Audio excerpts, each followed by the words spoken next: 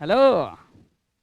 Jai Hind, dear students. So from this side, once again, I teacher Savan Prajapati welcomes you all on a very beautiful and enthusiastic platform of learning, physics wala. So વિદ્યાર્થી મિત્રો અભિયાન batch આ batch દ્વારા આપણે ધોરણ 11 સાયન્સની તૈયારીઓ જોરશોરથી કરી રહ્યા છે. વિદ્યાર્થીનો ઉત્સાહ પણ જણાઈ રહ્યો છે. સો વિદ્યાર્થી મિત્રો પાછળ ચેપ્ટર નંબર 1 માપન અને એકમની ચર્ચાઓ આપણે સંપૂર્ણપણે પૂરી કરી છે. આશા રાખીએ છીએ કે તમે પણ આ ચર્ચાઓને બહુ વ્યવસ્થિત રીતે જોઈ હશે, દરેક લેક્ચર વ્યવસ્થિત અટેન્ડ કર્યા હશે અને એની અંદર આવેલા તમામ અગત્યના મુદ્દાથી હવે તમે બેટા યોગ્ય રીતે જાણકાર હશો. આગળની વાત કરીએ તો આજે અહીંથી આ લેક્ચરથી શરૂઆત કરીશું એકચ્યુઅલની અંદર ફિઝિક્સના જે કન્સેપ્ટો છે એને સમજવાની વિદ્યાર્થી મિત્ર, રાઈટ છે. ચેપ્ટર જે છે તમારું એ છે સુરેખ પથ પર ગતિ, motion in a straight line. અને જે રીતે અહીંથી આ ચેપ્ટર શરૂ થાય છે કઈ રીતે સુરેખ, કેવું વિદ્યાર્થી મિત્ર સુરેખ. સો સાયન્સની અંદર તમારી પણ જર્ની સુરેખ જળવાયેલી રહે વિદ્યાર્થી મિત્ર, એ કંઈ ઉપર કે કંઈ નીચે ના થઈ જાય એ માટે બહુ આવશ્યક છે કે અહીંથી જે આપણે હવે ફિઝિક્સનો અભ્યાસ કરવા જઈ રહ્યા છે એના તમામ મુદ્દાઓ, તમામ ટોપિકો, તમામ સમીકરણો તમને વ્યવસ્થિત સમજાયેલા હોય.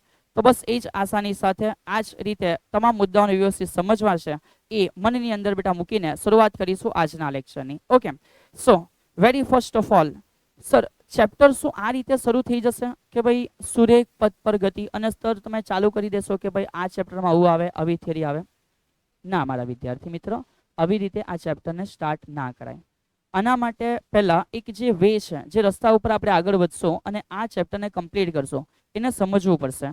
ડાયરેક્ટ સીધું ચેપ્ટરમાં ના જતું રહેવાશે કે ભાઈ ગતિ એટલે શું અને ચાલો પૂરું કરી દઉં કે ભાઈ અમને બધું આવડી ગયું, રાઈટ ને? આ રીતે નહીં થવાશે યાર. તો સમજીએ કે જે ચેપ્ટર છે સુરેખ પથ પર ગતિ, ઇમ્પોર્ટન્સ શું છે આ ચેપ્ટરનું. તો વિદ્યાર્થી મિત્ર એવું કહી શકાય કે અહીંથી ફિઝિક્સની અંદર તમે ઘણી બધી અલગ અલગ બ્રાન્ચીસોને સ્ટડી કરવાના છો, રાઈટ છે. આ જે અલગ અલગ બ્રાન્ચીસોની સ્ટડી છે એમાં સૌથી પહેલું યંત્રશાસ્ત્ર, મિકેનિક્સને તમે અહીંથી ભણવાની શરૂઆત આપશો, રાઈટ છે. આ મિકેનિક્સના ઘણા બધા ચેપ્ટરો તમારા ધોરણ 11ના સિલેબસની અંદર છે.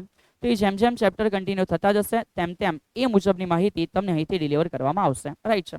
સો એ જે મિકેનિક્સ યંત્રશાસ્ત્ર આપણે ભણવાના છે વિદ્યાર્થી મિત્ર, એનો અહીંથી કંઈક રાઈટ એક પ્રથમ પગલું છે કહી શકાય, એની એક શરૂઆત થશે. ચલો, સો સુરેખ પથ પર ગતિ, નવા સિલેબસ એનસીઆરટી પ્રમાણે તમારું બુક્સની અંદર ચેપ્ટર નંબર 2. ઓકે, સો સર આજના લેક્ચરમાં શું કરવાના? તો આજના લેક્ચરમાં શું કરવાની માહિતી આપી રહ્યો છું, પણ એકચ્યુઅલમાં આખું ચેપ્ટર કેવી રીતે કમ્પ્લીટ કરવાના છે એની પણ હું માહિતી આપું છું. સો બહુ શાંતિથી સમજો. પહેલા વાત કરી લઉં આજના લેક્ચરની.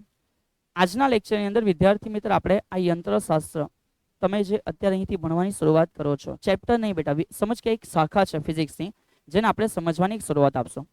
તો યંત્રશાસ્ત્ર, આ મિકેનિક્સ એટલે શું એ વિશેની થોડી ચર્ચાઓ 2-5 મિનિટમાં હું પૂરી કરીશ, રાઈટ છે.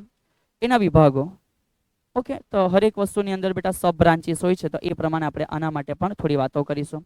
ત્યાર પછી તમે જે તમારા રાઈટ 9-10 ધોરણની અંદર વાતો કરીને આવેલા છે પથ લંબાઈ સ્થાનાંતર, એને જ થોડું હું જણાવીશ વિદ્યાર્થી મિત્ર.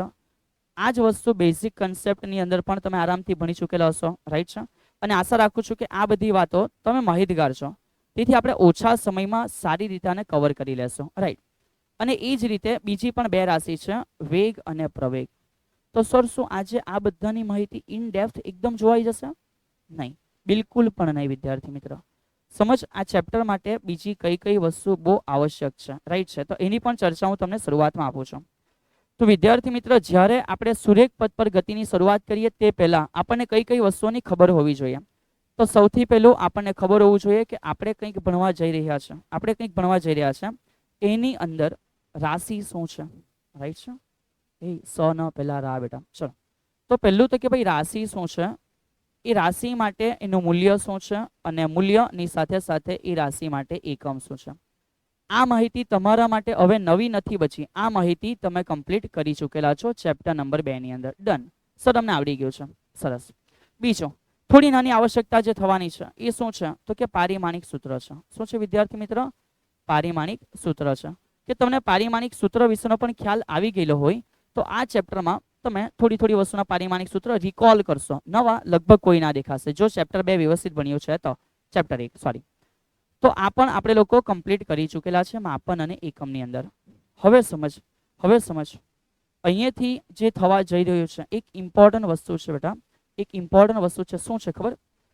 જે લોકોનો દુશ્મન છે એને તમારે મિત્ર બનાવવાનો છે. જે લોકોનો દુશ્મન છે એને તમારે મિત્ર બનાવવાનો છે. સર કોણ? તો કે મેથ્સના વિદ્યાર્થીને તકલીફ નથી, પણ મારા પ્યારા બાયો, મારા પ્યારા બાયોના વિદ્યાર્થી, મારા પ્યારા બાયોના વિદ્યાર્થી આવીને તકલીફ છે. સર મેથ્સ દાખલા સોલ્વ નથી થતા, સર મેથ્સ સમજ નથી પડતી એટલે ફિઝિક્સ અહીંથી અટકી ગઈ, સર આ કેલ્ક્યુલેશનમાં ભૂલ થઈ ગઈ તો એમસીક્યુ ખોટો પડી ગયો. એક્ઝેક્ટ આ જે પ્રોબ્લેમ છે વિદ્યાર્થી મિત્ર મેથ્સ, હે. તો યાર શરૂઆતમાં જ સાવંત સરે કહી દીધું છે કે આ ગણિત, જો ફિઝિક્સ એ કિંગ છે તો ગણિત એ એના માટે ક્વીન છે. વિદ્યાર્થી મિત્રો તમે કેવી રીતે ઈચ્છી શકો કે રાજાની રાણી વગર રહી બેટા, અને તમે એવું ઈચ્છો ને તો રાજા ખબર નહીં તમારો શું હાલ કરશે. બસ એ જ સમજ. ફિઝિક્સને ઈચ્છે છે કે ગણિત નહીં આવડે તો કંઈ નહીં, હું ખાલી ફિઝિક્સ શીખી લેમ.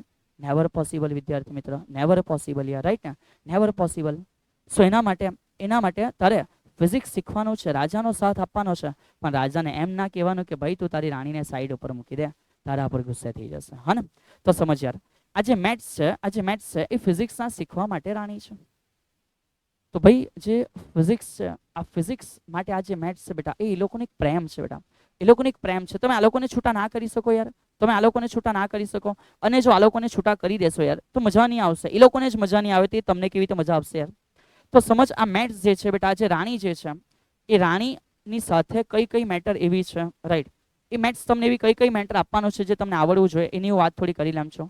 સૌથી પહેલી જે વાત કરું છું એમાં એવું છે કે આ મેથ્સની અંદર તમે આલેખોની સમજૂતી આવું કંઈક જાણતા હશો, અથવા ન જાણતા હશો તો નામ ખબર હશે કે આલેખ આવે છે, રાઈટ. એક્સ અક્ષ પર કંઈક હોય, વાય અક્ષ ઉપર કંઈક હોય, વગેરે વગેરે. આ આલેખની સમજૂતીની આપણને આવશ્યકતા પડશે. એ જ રીતે જો બીજી વાત કરું તો અહીંથી એક વસ્તુ જે નવી એન્ટર થવા જાય છે એને કહેવાય છે કલનશાસ્ત્ર. શું કહેવાય છે વિદ્યાર્થી મિત્ર? કલનશાસ્ત્ર. અને આ કલનશાસ્ત્રના બે અલગ અલગ ટાઈપ હોય છે. એ ટાઈપ શું છે તો કે કલનશાસ્ત્રનો જે એક ટાઈપ હોય છે એ છે વિકલનશાસ્ત્ર. સર આ બધું નવું નવું છે એટલે જ તો આપણે ભાઈ ભણતા છે. અને ત્યાર પછી જે બીજું છે એ છે સંકલનશાસ્ત્ર. તો બહુ આવશ્યક છે કે આ વિકલન અને આ સંકલન કઈ રીતે થાય છે એના વિશેનું તમને નોલેજ હોવું જોઈએ.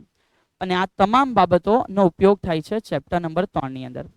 તો વિધાઉટ એની ઇન્ફોર્મેશન જો તમે પગલું મૂક્યું બેટા, અને વિધાઉટ એની ઇન્ફોર્મેશન જો તમે પગલું મૂક્યો તો ડેફિનેટલી આ તમારું પગલું કાં તો તમને કહેશે કે ઉઠાવીને પાછળ જતા રહો, આગળ તમને સમજ ના પડશે, અથવા તો નહીં સમજતા બસ તમારે ચાલ્યા કરવું પડશે. તો સમજ યાર, આ મેથ્સની અંદર અત્યારે આલેખ છે, આ ચેપ્ટરમાં આપણે શીખવાના છે. એ જ રીતે કલનશાસ્ત્રમાં વિકલન અને સંકલનની પણ માહિતી તમારે શીખવાની છે.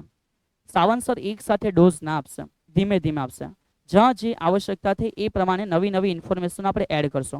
અને એવું કરવાથી જ મારા વાલા વિદ્યાર્થી મિત્રો આ જે વિકલન અને સંકલન છે you can feel it as easy. તમને વિકલન સંકલન ઇઝી ફીલ થઈ શકશે જો 1 by 1 સ્ટેપ બાય સ્ટેપ એનો ડોઝ જ્યારે જરૂર પડે છે ને ત્યારે લિયા કરે છે. તો બિન આવશ્યકતાથી જો એકી સાથે બધી દવા બેટા ગળી જશે, આવશ્યક નહીં હશે એ સમયે દવાની, અને જો પી કરે તો જે રીતે તારું બોડી બગડે એ રીતે તારું ભેજું પણ બગડશે, હે ને. સો જ્યાં જે દવાની જરૂર હશે એ દવા હું ધીમે ધીમે તમને શીખવતો જવા આપતો જઈશ. એ રીતે તમારે વિકલન સંકલન અટેચ થઈને ધીમે ધીમે શીખતા રહેવાનું છે. એ જ પ્રમાણે આલેખ પણ હું તમને ધીમે ધીમે આઈડિયા આપતો જઈશ, અને આલેખ પણ તમારે ધીમે ધીમે શીખવાના છે, રાઈટ છે.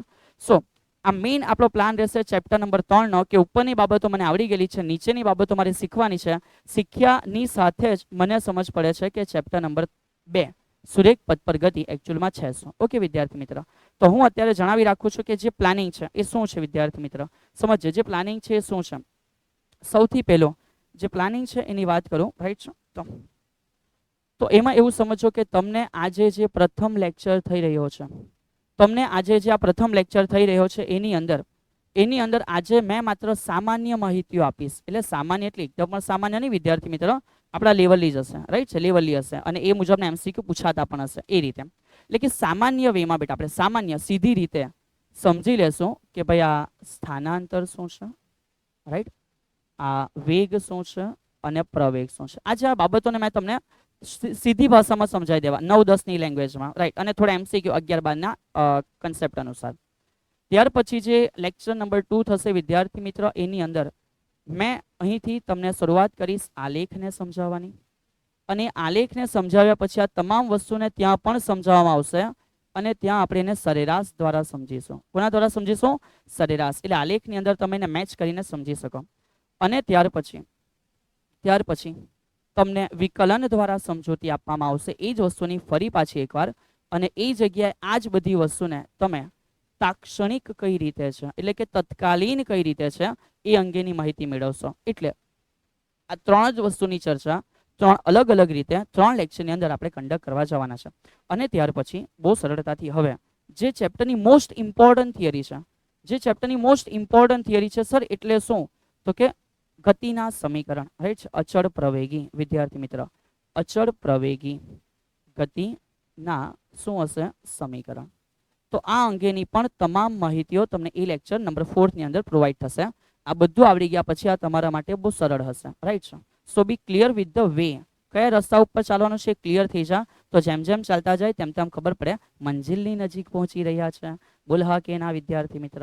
સર એ થઈ જાય પછી વિદ્યાર્થી મિત્રો મને ખબર જ છે આ બધી વસ્તુની અંદર તમારા MCQ તો ડેઈલી કવર થવાના જ છે.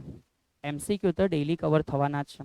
આના પણ MCQ તે દિવસે કવર થવાના જ છે. પણ આ લેક્ચરની અંદર જે ઇમ્પોર્ટન્ટ છે બેટા, કેવા ઇમ્પોર્ટન્ટ, તો જે ઇમ્પોર્ટન્ટ વિદ્યાર્થી મિત્ર MCQ છે આખા ચેપ્ટર પછી એની પણ માહિતી કરશો. સાથે સાથે જે ઉદાહરણના દાખલાઓ હોય છે જે આપણે કરવાના હોય છે એની પણ માહિતી આપશું. અને ચુનિંદા બેટા એક્ઝેક્ટ કે જે છોડવાના છે જ નથી એવા અગત્યના સ્વાધ્યાય ના પણ દાખલાઓની સમજૂતી તમ લોકોને પ્રોવાઈડ થશે. સો આશા રાખું છું કે જે મેં વિચાર્યું છે તમારા ચેપ્ટરને આગળ વધારવા માટે એ તમે પણ સમજી ગયેલા હશો, રાઈટ છે. અને અત્યારે એક નાનો ડોઝ વિકલન માટેનો આપણે મગજની અંદર એન્ટર કરીને કન્ટિન્યુ કરશું આ ચેપ્ટરને પૂરું કરવા માટે. ઓકે. સો આશા રાખું છું કે આ જે બાબતો મેં તમને અત્યારે ડિસ્પ્લે કરી છે એ તમે એકદમ પ્રોપરલી સમજી લીધી હશે. અને જો you are well satisfied with this planning બેટા, તો મને આજે અહીંથી નીચે જે રીતે આપણે એક બેટા રૂટીન છે ને કે સર કોમેન્ટ, હા ને બેટા, તો કોમેન્ટ ગમે તેમની યાર, સારું છે ખરાબ છે, મજા આવે છે ભણવાની નથી મજા આવતી, આવડી ગયું નહીં આવડી ગયું, એ સાઈડ ઉપર વિદ્યાર્થી મિત્રો. મને એ વસ્તુની કોમેન્ટથી લેવા દેવા છે કે યાર તમે પોતે બી સ્ટડી કરી રહેલા છે, રાઈટ. એનાથી મને કોઈક ફેર પડે છે વિદ્યાર્થી. તો સમજ એ જ વાત કહું છું કે તમે આજની અંદર મૂકશે કોમેન્ટ 1, આજની અંદર મૂકશે કોમેન્ટ 1 બેટા. So I am ready, I am ready, I am ready, I am ready with plan, with plan. કયો પ્લાન બેટા? આ પ્લાન કે જેમાં આપણે ચેપ્ટર 3 ભણ્યા છે. I am ready with plan and PW. Why to યાર લેફ્ટ ધીસ થિંગ્સ યાર, રાઈટ છે. સો PW ની સાથે અમે તૈયાર છે આ પ્લાનિંગમાં કામ કરવા માટે, અને અમારા આ ચેપ્ટરને આ રીતે અમે આરામથી પૂરું કરી દેશું. ચલ વિદ્યાર્થી મિત્ર, તો આઉટસાઇડની જે વાતો છે આપણે લોકોએ પૂરી કરી લીધી. હવે ઇનસાઇડની વાતો કરીએ કે જે આ ચેપ્ટરની અંદર આપણે લોકો પ્રેમથી ધીમે ધીમે બહુ જોરદાર રીતે સમજવાના છે. ચલીએ યાર શરૂઆત કરીએ. સો વેરી ઇનિશિયલી હવે આપણે પધારી ગયા યાર વિદ્યાર્થી મિત્ર, હવે આપણે પધારી ગયા. સો મનમાં કોઈ ડાઉટ ના રહેવા જોઈએ કે સરે બેઝિકની વાતો ના કરી. સર બધી જ બેઝિકની વાતો 1 બાય 1 ઇન લિંક કરશે બેટા, હવામાં કોઈ વાતો ના કરશો, રાઈટ છે. ચલીએ તો હવે અહીંથી આપણે શરૂઆત આપીએ without any confusion in mind. મગજમાં કોઈ પણ પ્રકારની ક્ષતિ રહેવી ના જોઈએ વિદ્યાર્થી મિત્ર. ચલ તો સમજવાના કે ગતિ એટલે શું અને ગતિ થતી હોય તેવા ઉદાહરણ. વિદ્યાર્થી મિત્ર બહુ શાંતિથી સમજ, ફીલ કર. સાવન સર સ્થિર છે કે ગતિમાં છે? સર અત્યારે તમે સ્ક્રીન ઉપર સ્થિર છે, એક્ઝેક્ટ, અને સ્થિર કહેવાય. અને bye bye, Tata, C you, nothing બેટા. અમારો હાથ જે છે એ તમને સ્ક્રીન ઉપર મૂવ થતો દેખાય છે. That's why you can say Savan sir તમારો જે હાથ છે એ ગતિમાં છે. That's all, simple. આટલું ક્લિયર તમને આઈડિયા છે કે આ ગતિ છે ને આ ગતિ નથી. સો એ જ વસ્તુને માની કે મારે એક શબ્દ આપવો છે તો શું, મારે તમારા આ જે સમજણ છે બેટાને એક શબ્દ આપવો છે તો શું, તો મોબાઈલની એ જ સ્ક્રીન ઉપર એક આમ ક્લિક કર. આ તમારી સ્ક્રીન છે, તમે તમારા મોબાઈલની સ્ક્રીન ઉપર ક્લિક કરો. આ ક્લિક કરો, ઉપર એક સ્લાઇડ નીચે આવી હશે બેટા. એ સ્લાઇડ જે નીચે આવી છે તમારા મોબાઈલની અંદર એ તમને ટાઈમ ડિસ્પ્લે કરતી હશે, કારણ કે સરનો વિડીયો ફૂલ સ્ક્રીનમાં જોવાતો હશે. બોલ હા કે ના? હા બોલ, હા બોલ, હા બોલ બેટા, હા બોલ, હા બોલ, હા ને. ચાલ યાર, ડુ નોટ વરી. ચાલ સમજવામાં ધ્યાન આપ્યા તો સમજ યાર કે આ વિડીયો જો ફૂલ સ્ક્રીનમાં હોય તો થોડો એને નાનો કર. એ નાનો કર્યા પરથી ઉપર ટાઈમ જોવા મળશે કે ટાઈમ ડિસ્પ્લે થઈ રહ્યો છે. મારો વિદ્યાર્થી રાતના 2 વાગે પણ સાવન સરનો લેક્ચર જોઈ રહેલો છે. જોરદાર યાર, કોંગ્રેચ્યુલેશન્સ યાર, શાબાશી આપવી પડે યાર તને. માન કે તમે કોઈ એક સમયે આ વિડીયો અત્યારે ઉપર જે જોઈ રહેલા છે ટાઈમ આવી રહ્યો છે, એ ટાઈમ પણ આગળ વધે છે અને સાવન સરના હાથ પગો પણ બેટા આગળ વધી રહેલા છે. હા ને, મને કોઈ ડાન્સ નથી આવડતો, બટ સાવન સર જે છે એ પોતાની પોઝિશન, સાવન સર જે છે એ પોતાની પોઝિશન આ સમયની સાથે બદલી રહેલા છે. સો મેં એવું કહી શકું કે સાવન સર એ અત્યાર સુધી ગતિમાં છે, પણ અત્યારે સાવન સર સમય સાથે પોતાની પોઝિશન બદલી રહેલા નથી, એટલે સાવન સાહેબ ગતિમાં નથી. That's all. તો બેટા મજાકની અંદર વ્યાખ્યા કમ્પ્લીટ કરી નાખી છે આપણે કે ગતિ એટલે શું. તો વિદ્યાર્થી મિત્ર, જ્યારે કોઈ પદાર્થ સમયની સાથે પોતાનું સ્થાન શું કરે છે, તો કે ભાઈ પોતાનું સ્થાન બદલે છે, તો કહી શકાય કે ભાઈ જે પદાર્થ છે એ પદાર્થ ગતિમાં છે. પદાર્થ શામાં છે? ગતિમાં છે. આ જે ગતિમાં છે વિદ્યાર્થી મિત્ર, એના બહુ બધા અલગ અલગ પ્રકાર આવશે. સુરેખ ગતિ છે, સમતલમાં ગતિ છે, પ્રક્ષેપ ગતિ છે, ત્રિપરિમાણી ગતિ છે, કોઈ અન્ય પ્રકારની ગતિ છે. બહુ બધી ગતિ હશે યાર.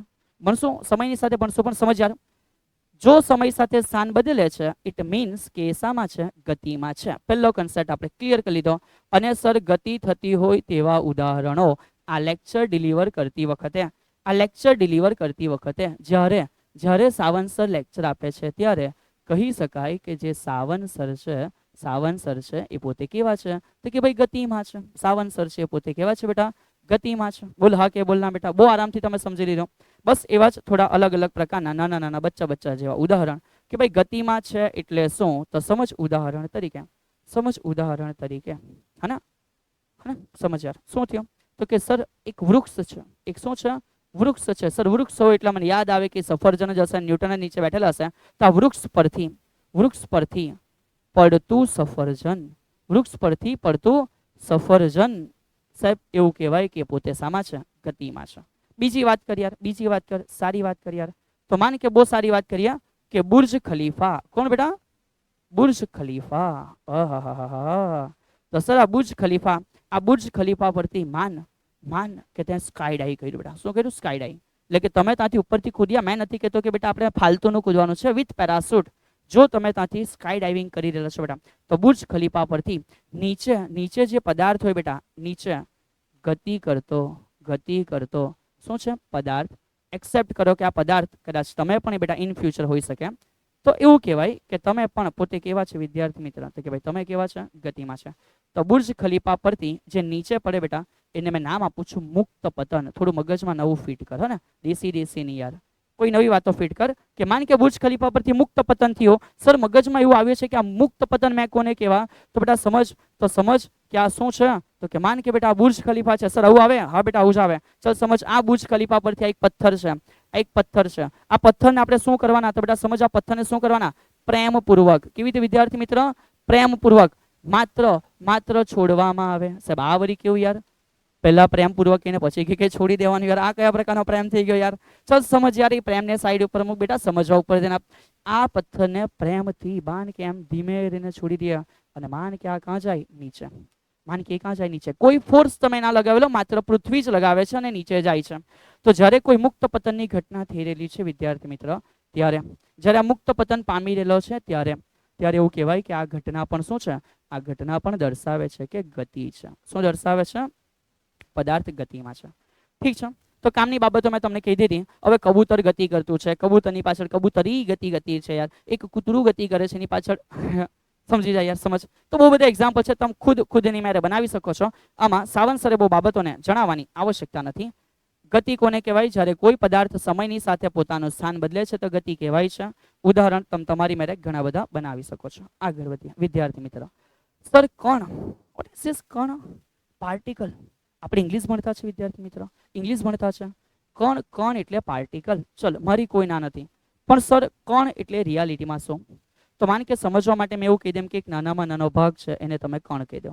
પણ પ્રોબ્લેમ બી આવી કે નાનામાં નાનો ભાગ કહેવાનો કોને ભાઈ? અને માન કે મારી પાસે એક આ પેન છે.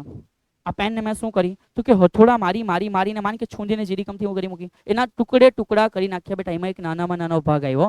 સાહેબ આને કણ કહેવાય. તો શું એ નાનામાં નાનો ભાગ છે એના ટુકડા ના થાય? એને બી તો ટુકડાઓમાં ડિવાઈડ કરાય ને. શું સમજ યાર કે કોઈ પણ એક વસ્તુ છે એના ટુકડા થવાના છે, અને જો ટુકડા થવાના છે તો હજુ એની કરતાં કંઈક નાનું મળવાનું છે, તો મારે કણ કહેવાનું કોને ભાઈ? એટલે ફિઝિક્સ સ્વીકારે છે કે કણ છે ને બેટા, કણ એ પોતે એક અવ્યાખ્યાયિત વસ્તુ છે. કણ પોતે શું છે? એક અવ્યાખ્યાયિત વસ્તુ છે. છતાં એની જબરજસ્તી વ્યાખ્યા આપેલી છે. સમજ, કણને શું કહે છે? તો કણની આપવામાં આવેલી જબરજસ્તી વ્યાખ્યા બેટા શું છે? તો કે ભાઈ કણ એટલે દળ ધરાવતો. કેવો વિદ્યાર્થી મિત્ર? દળ ધરાવતો નાનામાં નાનો. ઇટ્સ મોર બેટર કેવું બોલો કે દળ ધરાવતો બિંદુવત પદાર્થ. કેવો પદાર્થ? બિંદુવત પદાર્થ કે એકદમ નાનું છે પણ એનું દળ હોવું જોઈએ. હા ને, વિધાઉટ દળ બેટા કોઈ વસ્તુ તમારી પાસે એક્ઝિસ્ટ કરતી નથી યાર. તો દળ ધરાવતો એક બિંદુવત જે પદાર્થ છે તમે એને એવું કહી શકો કે આ શું છે વિદ્યાર્થી મિત્ર, આ કણ છે. આ શું છે? કણ છે. Right, accepted. એકચ્યુઅલમાં કણ માટે કોઈ વ્યાખ્યા આપીએ પોસિબલ નથી. બીજી વાત કરી લે કે આમાં એમસીક્યુઝ હોય. ઠીક છે, કણની તો વાત જાણી લીધી, પણ સમજ એમસીક્યુ શું છે. તો આ જે એમસીક્યુ છે એ છે વિદ્યાર્થી મિત્ર કે આ જે કણ છે ને યાર, આ કણ એ હંમેશા સુરેખ ગતિ જ કરે. સમજ્યા? રાઈટ, આ થોડું એક્સેપ્ટ કરવું પડશે. એક્સેપ્ટ તો નહીં, સમજાવું છું. કણ એ સુરેખ ગતિ કરે છે.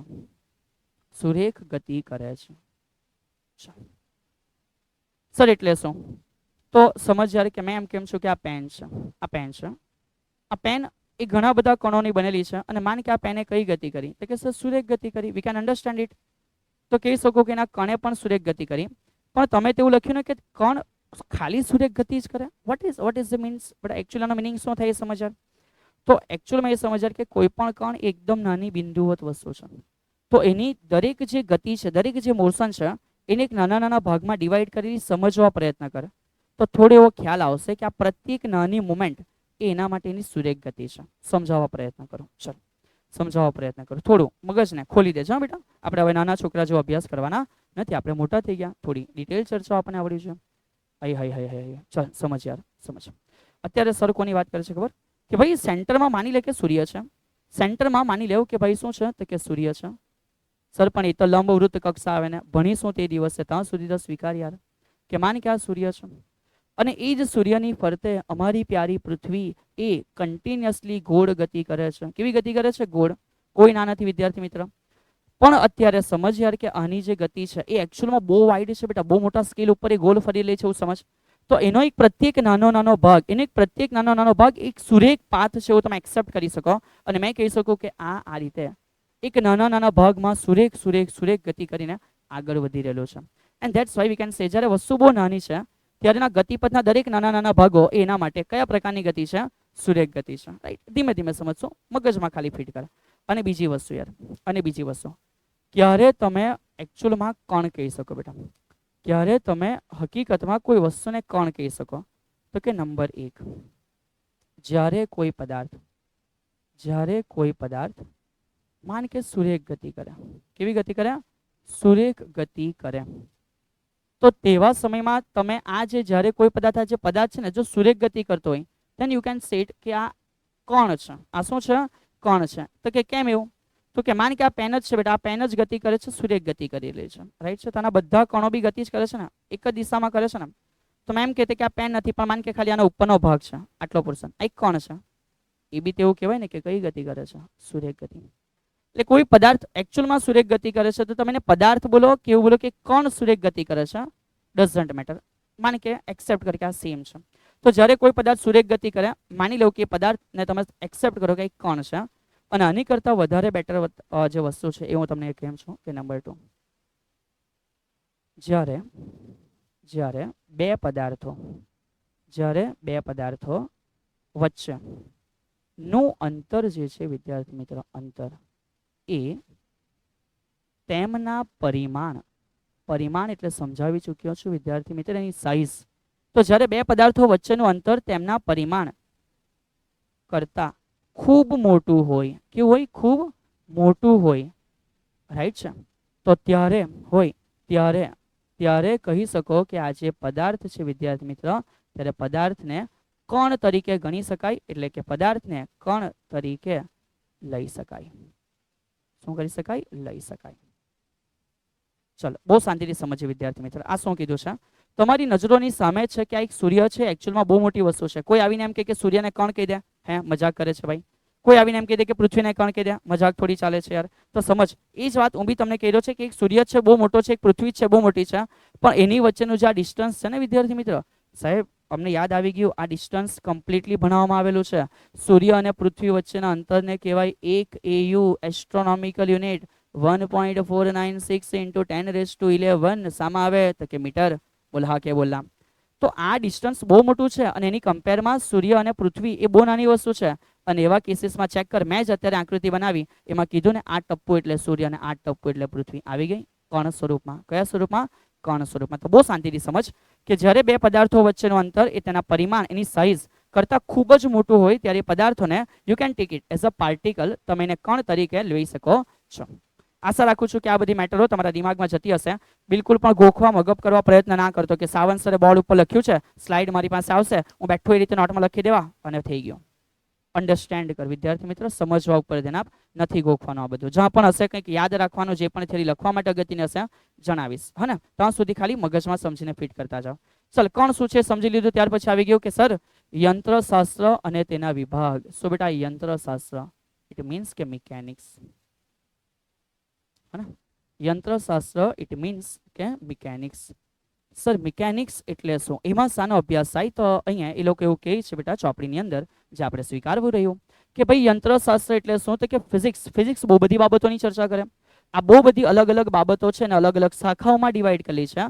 તો એમાંની એક એવી શાખા કે જ્યાં બેટા રાઈટ જ્યાં કે ભાઈ જે ભૌતિક વિજ્ઞાન અથવા એવી રીતે હું કામ લખ્યા તો કે ભાઈ આ મિકેનિક્સ છે એટલે શું છે, તો કે ભૌતિક વિજ્ઞાનની શાખા છે. કોની શાખા છે વિદ્યાર્થી મિત્ર?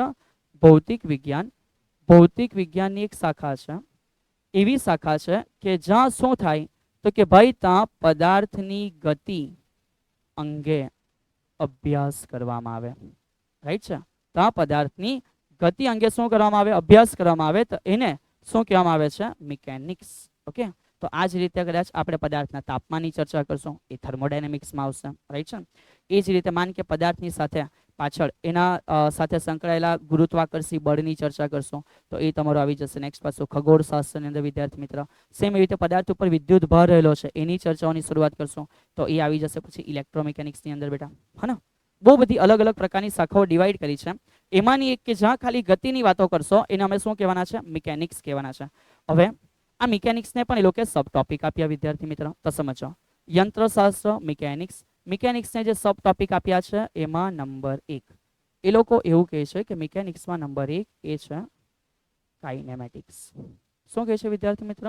કાઇનેમેટિક્સ. અને એને જો મેં ગુજરાતીમાં કેમ, તો એને ગુજરાતીમાં એવું કહેવાય શુદ્ધ ગતિ વિજ્ઞાન. શું બોલાય? શુદ્ધ ગતિ વિજ્ઞાન. સર એટલે એવું વિજ્ઞાન કે જેને રોજ સવારે ઉઠીને નવાડવાનું યાર, એવું નહીં યાર, અને સમજ શુદ્ધ એટલે નવાડવું નહીં બેટા, પણ એક સામાન્ય ચર્ચા. એક સામાન્ય ચર્ચા કેવી? એમાં તમારે બહુ લાંબા રીઝન નહીં આપવાના, તમે ખાલી કેવું છો કે સર ગતિ થતી છે, તો બસ એ ઓરિએન્ટેડ માહિતીઓ છે. સમજો યાર કે ભાઈ કાઇનેમેટિક્સ શું કહે છે વિદ્યાર્થી મિત્રો? તો કાઇનેમેટિક્સ એટલે એમાં એવું છે કે તમારે પદાર્થની ગતિની ચર્ચા કરવાની. રાઈટ? પદાર્થની ગતિની ચર્ચા કરવાની, પણ એમાં તમારે કોઈ કારણો આપવાના નથી બેટા. બસ મને ખબર છે કે પંખો ગોલ ફરે છે તો ફરે છે, ધેટ્સ ઓલ. પૂરું થઈ ગયું, પૂરું થઈ ગયું બેટા. રાઈટ? તો ભાઈ પદાર્થની ગતિની ચર્ચા છે, એમાં કોઈ કારણ નથી બેટા, એટલે કે કારણોની ચર્ચા કરવાની નથી. એટલે કે ચર્ચા નહીં બેટા, ચર્ચા સિવાય કોઈ કારણોની ચર્ચા તમારે કરવાની નથી બેટા. કારણોની ચર્ચા સિવાય તમે ખાલી બોલી દો. પણ જે બીજું છે બેટા, જે તમે ને મેં અત્યારે શીખી રહ્યા છે, સમજીએ કે નંબર 2 યાર, તો કાઇનેમેટિક્સ પછી જે આવે છે એ છે ડાયનામિક્સ. આ ડાયનામિક્સ એટલે એને બોલાય શુદ્ધ નહીં બેટા, એમાંથી શુદ્ધ કરી નાખ. એટલે સાહેબ એને વિચારને ગંદુ કર્યું ના યાર, એને બોલાય ઓનલી ગતિ વિજ્ઞાન. તો સમજ કે ભાઈ ખાલી ગતિની ચર્ચા કરવાની એટલે બોલીને નહીં બેસી જવાનું કે ભાઈ પંખો ફરે છે ગોલ, વાત પતી ગઈ, એવું નહીં યાર. તો આની અંદર જે પણ પદાર્થ છે એ પદાર્થની ગતિની ચર્ચા થશે વિદ્યાર્થી મિત્ર. રાઈટ? પણ યોગ્ય કારણો સાથે. શાના સાથે? યોગ્ય કારણો સાથે. અને યોગ્ય કારણોની સાથે અને સાથે સાથે યોગ્ય ગુણધર્મ સાથે. કે ભાઈ કયા ગુણધર્મ રહેલા છે અહીંયા એનો પણ તમે કંઈક અભ્યાસ કરશો. તો ભાઈ આ રીતની જે શાખાના 2 ડિવિઝન છે એમાં એવું આવી ગયું કે કાઇનેમેટિક્સ એટલે માત્ર ગતિની ચર્ચા, કોઈ કારણની ચિંતા ના કરવાની, પંખો ગોલ ફરે છે, ગોલ ફરતો છે, ધેટ્સ ઇટ, એક્સેપ્ટ ઇટ. પણ સર ડાયનામિક્સ એટલે પદાર્થની ગતિની ચર્ચા, કારણો અને ગુણધર્મની સાથે. પંખો કેમ ગોલ ફરે છે? કરંટ આવી રહેલો છે, કરંટ આવે તો શું થાય છે? તો કે સાહેબ કરંટ અંદર જ્યારે જાય છે ત્યારે ઇલેક્ટ્રોડાયનામિક્સ અને ઇલેક્ટ્રો મિકેનિક્સ વગેરે ભેગું થઈને અંદર જે કોઇલ છે એ જે કોઇલ છે ગોલ ફરી રહી છે, એના લીધે એનો જે સપ્લાય છે પાંખ ઉપર ગયેલો છે અને પાંખ ગોલ ફરી રહી છે અને મને પવન લાગે છે. આમાં ઘણા બધા કારણ છે સર, ઘણા બોલી બી ગયા, ઘણા આપણે શીખવાના છે. બસ આ મુજબ કારણો સાથેની ચર્ચા એ ડાયનામિક્સમાં થશે. ઓકે, સો હવે પછી કોઈ કશે લખવાની જ હશે કે કાઇનેમેટિક્સ છે કે ડાયનામેટિક્સ છે, ડાયનામિક્સ છે, તરત દિમાગમાં હોવું જોઈએ કે ભાઈ હા આવું કંઈક છે, ગતિની ચર્ચા થશે, કોઈ કારણો વગર છે તે કાઇનેમેટિક્સ છે, મેં શીખી રહેલો છે, કારણો સાથે છે ડાયનામિક્સ છે, જ્યાં હું તમામ વસ્તુના રીઝનો સાથે અભ્યાસને આગળ વધારીશ વિદ્યાર્થી મિત્રો. ઓકે, ચાલ, આશા રાખું છું કે આપ પણ સમજાઈ ચૂક્યા હશો. હવે હવે આવી ગયું નિર્દેશ ફ્રેમની સમજૂતી. સર આ શું આવ્યું? નિર્દેશ ફ્રેમ. कुछ सुना सुना है, कुछ अनसुना भी है. ओके, तो समझो निर्देश फ्रेम. कोई એને કહેશે રેફરન્સ ફ્રેમ છે બેટા, કોઈ કહેશે કે રેફરન્સ ફ્રેમ છે. ઠીક છે, કોને નિર્દેશ ફ્રેમ કહેવાય તેનું એક એક્ઝામ્પલ સેટ કરીએ. એક એક્ઝામ્પલ સેટ કરીએ. શું થયું યાર? તો કે સર અમે અમારી જિંદગીમાં બહુ ભણી લીધું. અમે અમારી જિંદગીમાં બહુ ભણી લીધું. પછી તો કે ભણી ગણીને સર અમે એક મહાન ઇન્સાન બની ગયા. પછી સાહેબ બસ પછી જિંદગી જીવતા છે શાંતિથી. તો માન કે તમે તમારી આ જિંદગી બહુ શાંતિથી જીવી રહેલા છો વિદ્યાર્થી મિત્રો, અને તમે યાર પ્રવાસ કરી રહેલા છો. તમે એક પ્રવાસ કરી રહ્યા છો. શામાં? તો કે માન કે ટ્રેનની અંદર પ્રવાસ કરી રહ્યા છો. તમે ટ્રેનની અંદર જઈ રહેલા છો વિદ્યાર્થી મિત્રો. આ ટ્રેનમાં તમે જઈ રહેલા છો, પ્રવાસ કરી છો. કોની સાથે? એ તો યાર હવે તમારા ઉપર ડિપેન્ડ કરીએ કે તમે કોની સાથે ગયેલા હશે. બોલ હા કે બોલના. સાવંત સરને થોડી ખબર હોય કે તમે કોની સાથે જવાના. પપ્પા મમ્મીની સાથે બેટા જાત્રા કરવા જજો ને. ચાલ આવા જો સાહેબ તમને યાર હું કહીએ અમે હવે. ચાલ મને કંઈ નથી કહેવાનું બેટા, મેં સમજુ છું, હું તમે લોકોને સમજુ છું, બહુ સારી રીતે સમજુ છું બેટા. તો માન કે બે વ્યક્તિ છે, પ્રવાસ કરેલા છે સાહેબ. એ હુઈ ને બાત. ચાલ બેટા બાત પર પછી ધ્યાન આપ યાર. સાવંત સરે કીધું ભણી ગણીને સક્સેસફુલ પછીનું સપનું. પછીનું સપનું હા બેટા, ત્યાં સુધીનું કોઈ સપનું નહીં યાર. તો માન કે આ બે ઇન્સાન છે. એક બાગા એક બાગી, એક બાગા એક બાગી, બાગા જા રહા હે બાગી કે સાથ, બાગા જા રહા હે બાગી કે સાથ યાર. અને બેટા થઈ શકે એક દિવસ તમારો પણ આવો આવે યાર, તમે પણ તમારી બાગી કે તમે તમારા બાગા સાથે હોય. પણ સમજ યાર કે આ જે તમે જોઈ રહેલા છે ત્યારે અહીં ઊભા છે સાવંત સર. ત્યારે અહીં ઊભા છે સાવંત સર બેટા. સમજ યાર, અહીંયા ઊભા છે સાવંત સર યાર. તમને સ્માઇલ આપી રહ્યા છે. આ હા હા મારા વિદ્યાર્થી મિત્ર છે. ચલ ટાટા, ચલ ટાટા બેટા, ચલ ટાટા. આવજે યાર, ફરી આવજે યાર. ચાલ સારો થયો, આનંદ થયો તમને લોકોને આવી રીતે જોઈને બેટા.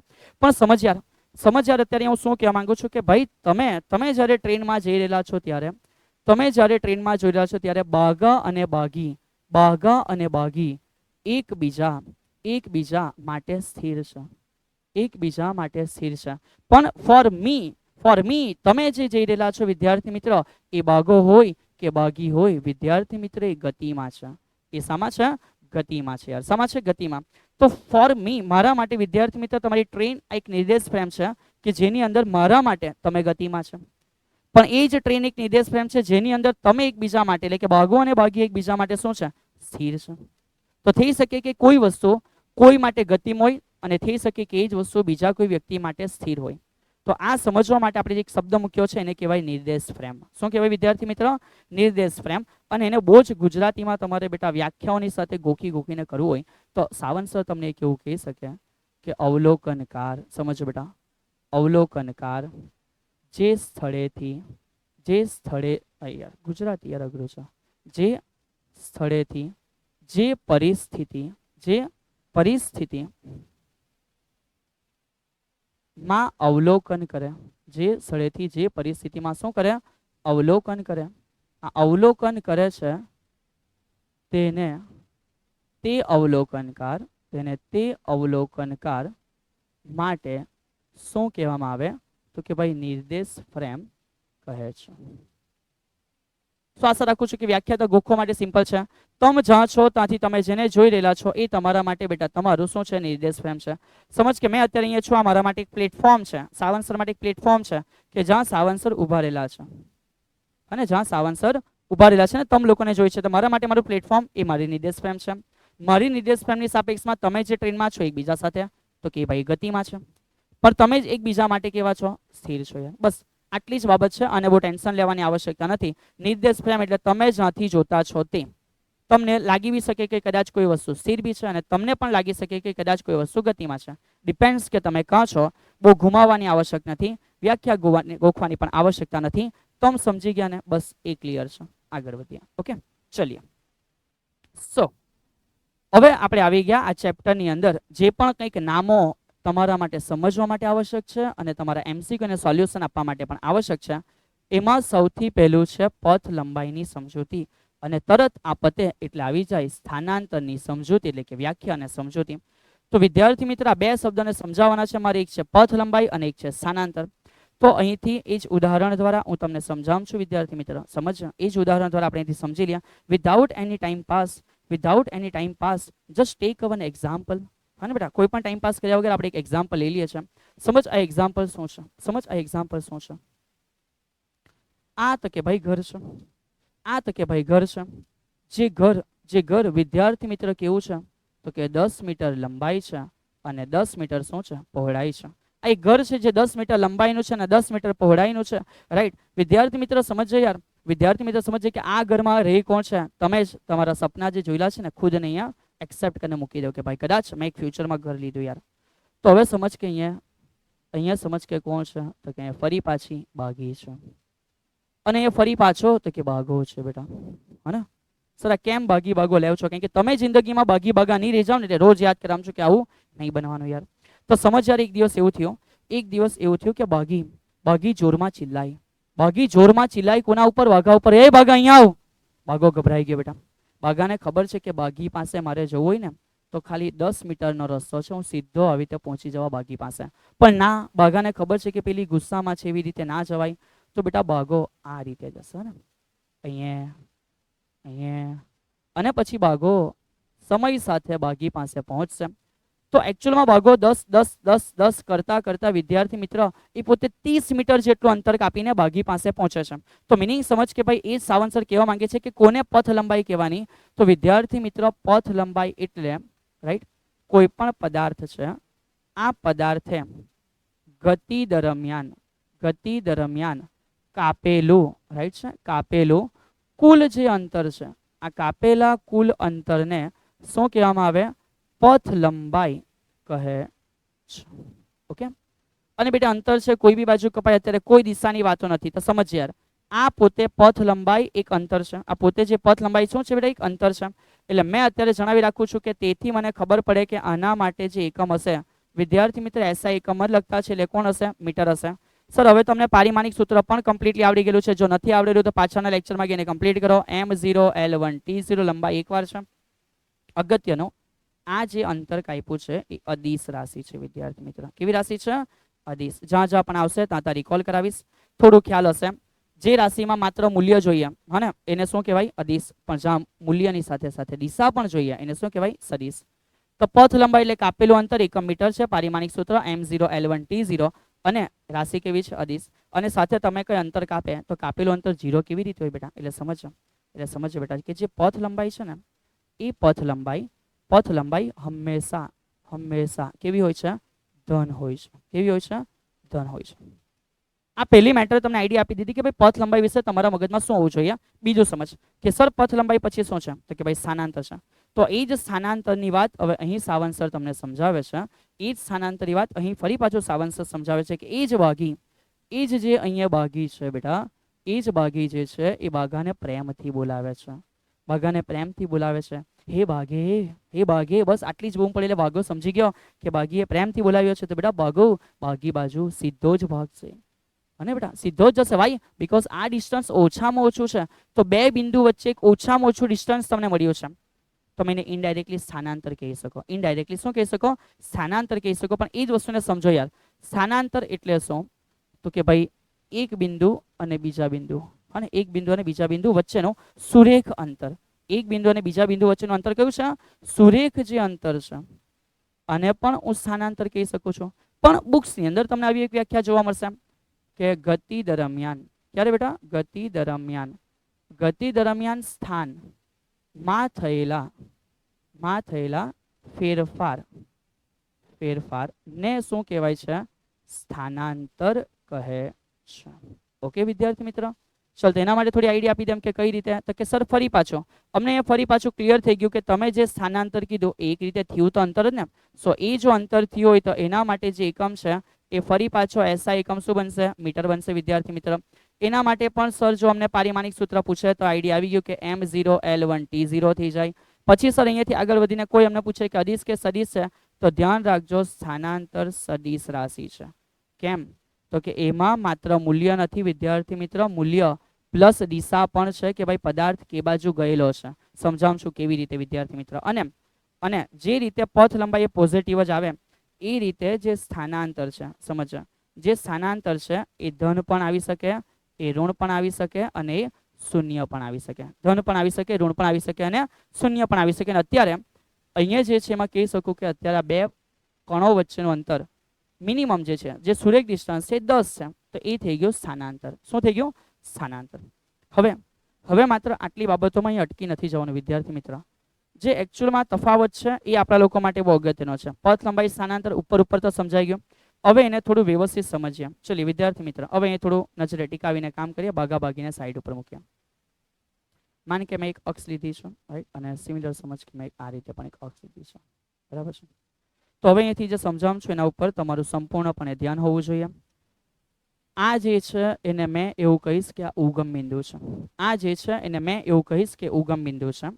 અલગ અલગ જગ્યાના ડિસ્ટન્સો લઈ લઈએ તો વિદ્યાર્થી મિત્ર અહીં સુધી કંઈક અંતર છે. માની લે કે આ અંતર 3 મીટર છે, અને અહીં સુધી પણ કંઈક અંતર છે. માની લે કે અંતર કેટલું છે? 4 મીટર છે. એક જે અંતર છે 3 મીટર છે અને એક અંતર છે 4 મીટર છે. બસ એ જ રીતે આ બાજુ પણ જો અંતર હશે વિદ્યાર્થી મિત્ર, તો તમે માનો કે આ બાજુ 3 છે તો અહીંયા પણ કેટલું છે? 3 મીટર, અને ઉપર 4 છે તો અહીંયા ધારી લો કે અંતર કેટલું હશે? 4 મીટર. થોડી બાબતો તમને એ પણ સમજાતી હશે કે સર આ બાજુ એક્સ અક્ષ આવે ને આ બાજુ વાય અક્ષ, એ ભાઈ માઇનસ એક્સ અક્ષ, રાઈટ ને, કાં ભેગું કરે, અને ઉપર વાય અક્ષ છે અને આ બાજુ શું છે વિદ્યાર્થી મિત્ર? માઇનસ વાય અક્ષ છે. ઓકે, ટાઈપિંગ લખેલું એ બધું તો તફાવત કોઈ બી જગ્યાએ મળી જશે. થોડું એને દિમાગથી સમજવા ઉપર આપણે ધ્યાન આપશું તો સમજ યાર કે સર અહીંયાથી એ સમજ પડે કે પથ લંબાઈને સ્થાનાંતર એટલે કઈ રીતે. તો વાલા વિદ્યાર્થી, માન કે તમે શરૂઆત કરી ક્યાંથી? તો કે ઉગમ બિંદુથી. હવે અહીં સમજવું છે કેમ છે. તમે જો ઉગમ બિંદુથી શરૂઆત કરી અને ઉગમ બિંદુથી શરૂઆત કરીને તમે આ તરફ જાઓ છો, બરાબર છે, ઉગમ બિંદુથી શરૂઆત કરીને તમે આ તરફ જાઓ છો, તો વિદ્યાર્થી મિત્રો એ જે તમારી ગતિ છે, લાઈક આ જેમ બતાવું છું, આ જે ગતિ તમારા લોકોની થઈ છે, તો આ ગતિ માટે અત્યારે મેં એવું કહી શકું કે તમારું આ પ્રારંભ હતું, તમારું આ પ્રારંભ હતું અને તમારા માટે આ અંતિમ છે. તો અત્યારે અહીંયા મને ખબર પડે કે જો મને પૂછવામાં આવે પથ લંબાઈ, જો મને પૂછવામાં આવે પથ લંબાઈ અને જો મને પૂછવામાં આવે સ્થાનાંતર, તો ખબર પડે કે સર અત્યારે અહીંયા અંતર કેટલું કપાયું? 3. તો ટોટલ અંતર 3 મીટર જ છે અને મારી પોઝિશન અહીંયાથી અહીંયા જ ગઈ. ધેટ્સ વાય મારું સ્થાનાંતર પણ કેટલું છે? 3 મીટર જ છે. હું જે બોલું છું એ પહેલી બાબત તમારા મગજમાં ફિટ થઈ હશે. સમજવા ઉપર ધ્યાન આપ. એ જ રીતે સમજ વિદ્યાર્થી મિત્ર, કદાચ આપણે થોડી અલગ રીતે વાતો કરતા, અને માન કે કદાચ અહીંયાથી તમે આ તરફ અહીં ગયેલા હતા, તો હવે ડાયરેક્શન ઓપોઝિટ સાઈડ ઉપર છે ને, તો મેં એવું કહી શકું કે તમારી પથ લંબાઈ કેટલી છે? 3 મીટર, પણ તમારું સ્થાનાંતર વિરુદ્ધ બાજુ છે, સો એ થયું -3 મીટર. બહુ સીધી રીતે તમે આરામથી આ બાબત સમજી ગયા હશો, મેં એવી આશા રાખું છું. પથ લંબાઈ હંમેશા ધન આવે, સ્થાનાંતર ધન પણ આવે અથવા ઋણ પણ આવે, જે તમે અહીંયા જોઈ લીધું. હવે સમજ શું થયું? હવે એવું થયું વિદ્યાર્થી મિત્ર કે રાઈટ, હવે એવું થયું કે તમે યાર આ પોઝિશનથી આ તરફ તો ગયા અને અહીંથી વળીને પાછા આ તરફ આવી ગયા, રાઈટ. તો હવે કોઈ મને પૂછશે કે સર હવે આ કેસની અંદર શું? તો કે આ મારા માટે પહેલો કેસ, આ મારા માટે બીજો કેસ, અને હવે મારા માટે મેં કયો કેસ સમજાવ્યો? ત્રીજો કેસ બેટા. તો ત્રીજા કેસમાં સમજ કે અહીંયાથી ગયા 3 મીટર અને આવ્યા પણ 3 મીટર, તો ટોટલ જે અંતર કાપ્યું એ કેટલા મીટર? 6 મીટર. પણ તમે ત્યાં જ આવી ગયા જ્યાં હતા, તો તમારા સ્થાનમાં કોઈ ચેન્જીસ નથી થયો. તમે જ્યાં હતા ત્યાં જ આવી ગયા. પ્રારંભ અને અંતિમ બિંદુ સેમ છે, તો અંતરમાં ફેરફાર કેટલો? 0. ઇટ મીન્સ કે સ્થાનાંતર કેટલું વિદ્યાર્થી મિત્ર? 0. કીધું ને, સ્થાનાંતર ધન, ઋણ અને શૂન્ય આવી શકે. પથ લંબાઈ હંમેશા કેવી હશે? પ્લસ હશે. ઓકે, ચાલો બીજી બાબત બેટા, અહીંથી સમજ. આ સુરેખ ગતિ છે. કેવી ગતિ છે? સુરેખ ગતિ છે. તો જ્યારે સુરેખ ગતિ થઈ, માત્ર સીધું જ ગયા, તો ત્યારે મને એવું ખબર પડ્યું, સુરેખ ગતિ માટે મને એવું ખબર પડ્યું તો કે સર જે પથ લંબાઈ છે ને, આ પથ લંબાઈ અને સ્થાનાંતર બંને કેવા હતા? સમાન હતા. બધા એમસીક્યુ તારા બોર્ડ ઉપર જ આવી જશે, કોઈ વસ્તુ ગુજરાતીમાં લખવી ના પડશે. સુરેખ પથ પર ગયા ત્યારે ખબર પડી કે 3 અને 3 બંને કેવા છે? સેમ. હવે થોડી અલગ વાતો કરીએ. ચલો વિદ્યાર્થી મિત્ર સમજ, અહીંયા હું શું કેમ છું બહુ શાંતિથી. હવે એવું થયું વિદ્યાર્થી મિત્ર કે તમે શું કર્યું? તો કે ભાઈ તમે અહીંથી પોતાની ગતિની એક શરૂઆત કરી, અથવા અહીંથી શરૂઆત કરી, કોઈ પણ એક જગ્યાએથી અહીંથી તમે પોતાની ગતિની શરૂઆત આપી અને વિદ્યાર્થી મિત્રો આ તરફ તમે ઉગમ બિંદુ પર આવ્યા અને અહીં સુધી તમે પહોંચ્યા. તો મેં આ કેસને લેમ છું કેસ નંબર 4. તો સર હવે મારું અંતર કેટલું કપાયું? તો કે આ 4 અને આ 3, મારું જે અંતર કપાયું એ 7 મીટર. મારું જે અંતર કપાયું એ 7 મીટર, પણ પણ તમને ખબર પડે કે એકચ્યુઅલી તમારા સ્થાનમાં ફેરફાર કેટલો થયો, તો કે સાહેબ અમારા સ્થાનમાં અમે અહીંયાથી અહીંયા આવ્યા, ઓકે, અમે અહીંયાથી અહીંયા આવ્યા. તો જો તમે અહીંયાથી અહીંયા આવ્યા તો તમે 3 અને 4 બેટા જાણતા હશો આ ત્રિપુટી કે આ થશે 5 મીટર. તો એકચ્યુઅલમાં તમારું જે સ્થાનાંતર થયું એ 5 મીટર જ છે બેટા. એ કેટલો છે? 5 મીટર જ છે. લોજિક આઈડિયા આવે છે યાર, હા કે ના? સો ફ્રોમ ધેટ બેટા એ વસ્તુથી મેં તમને એવું કહી શકું, એ વસ્તુથી મેં તમને આઈડિયા આપી શકું, સમજે કે ભાઈ અહીંયાથી શું એમસીક્યુ તૈયાર થયો.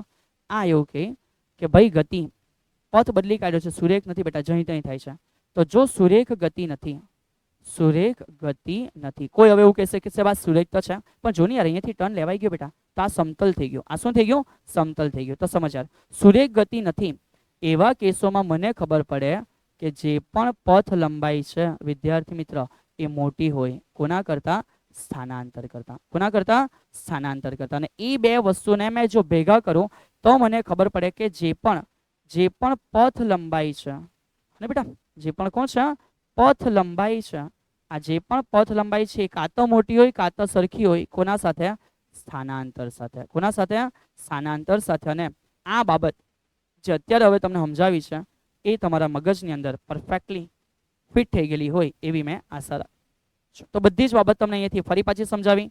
પથ લંબાઈને સ્થાનાંતર સરખા આવે તો કે સુરેખ ગતિ હોય તો જ. પથ લંબાઈ મોટી આવે સ્થાનાંતર કરતા, સુરેખ ગતિ નહીં હોય તો. જરૂરી નથી કે પથ લંબાઈ ધન આવે એવી રીતે સ્થાનાંતર પણ ધન આવે. સ્થાનાંતર ધન, ઋણ અને શૂન્ય હોઈ શકે વિદ્યાર્થી મિત્ર. તમામ બાબતોને આપણે એક એક નાના નાના ઉદાહરણ દ્વારા અહીંયા સમજી છે. આશા રાખું છું કે તમે વ્યવસ્થિત ક્લિયર કરી હશે. આ જ વ્યવસ્થિત તમે નોટની અંદર ડાયાગ્રામ બનાવી શકો છો. વાય પોતાના મગજમાં ફિટ કરવા, કારણ કે એ સમજી લીધા પછી એમસીક્યુ સોલ્વ થવા એ એના કરતાં વધારે આવશ્યક બાબત છે બેટા, બરાબર છે? ચલો, તો આ બધી બાબતો તારા મગજમાં ફિટ થઈ હોય એનાથી વિચારીને હવે હું અહીંથી થોડું આગળ વધું છું. શું? તો કે હવે આપણે અહીંથી એક એમસીક્યુ કરવાના વિદ્યાર્થી મિત્ર. બહુ સરળ એમસીક્યુ છે. સમજ શું કીધું છે? તો કે સર એવી બાબત આપી છે કે સ્થાનાંતર અને પથ લંબાઈનો ગુણોત્તર અત્યારે જ સર કહી ગયા કે જે પણ પથ લંબાઈ છે એ મોટી હોય કાં તો એના જેવી હોય, કોના સાથે? સ્થાનાંતર સાથે. અને સર એટલે ઇઝીલી ખબર પડી જાય, સર કે ગુણોત્તર કોનો કીધો? સ્થાનાંતરના છેદમાં પથ લંબાઈ. તો આને કેવું કે નીચે જાય તો અહીંયા 1 બચ્યો, અહીંયા ઉપર શું આવી ગયું? તો કે ઉપર આવી ગયું સ્થાનાંતરના છેદમાં શું આવી ગયું? તો કે પથ લંબાઈ આવી ગયો. And that's why I can say સ્થાનાંતરના છેદમાં પથ લંબાઈનો ગુણોત્તર 1 કરતાં નાનો હોય કાં તો 1 જેવડો હોય. 1 કરતાં નાનો હોય કાં તો 1 જેવડો હોય. સર આને થોડું વધારે ડિટેલમાં અમને કહી દો નહીં. તો વિદ્યાર્થી મિત્ર સમજ, આ 1 કરતાં નાનો, 1 કરતાં કેવું મળ્યા? નાનો મળ્યા.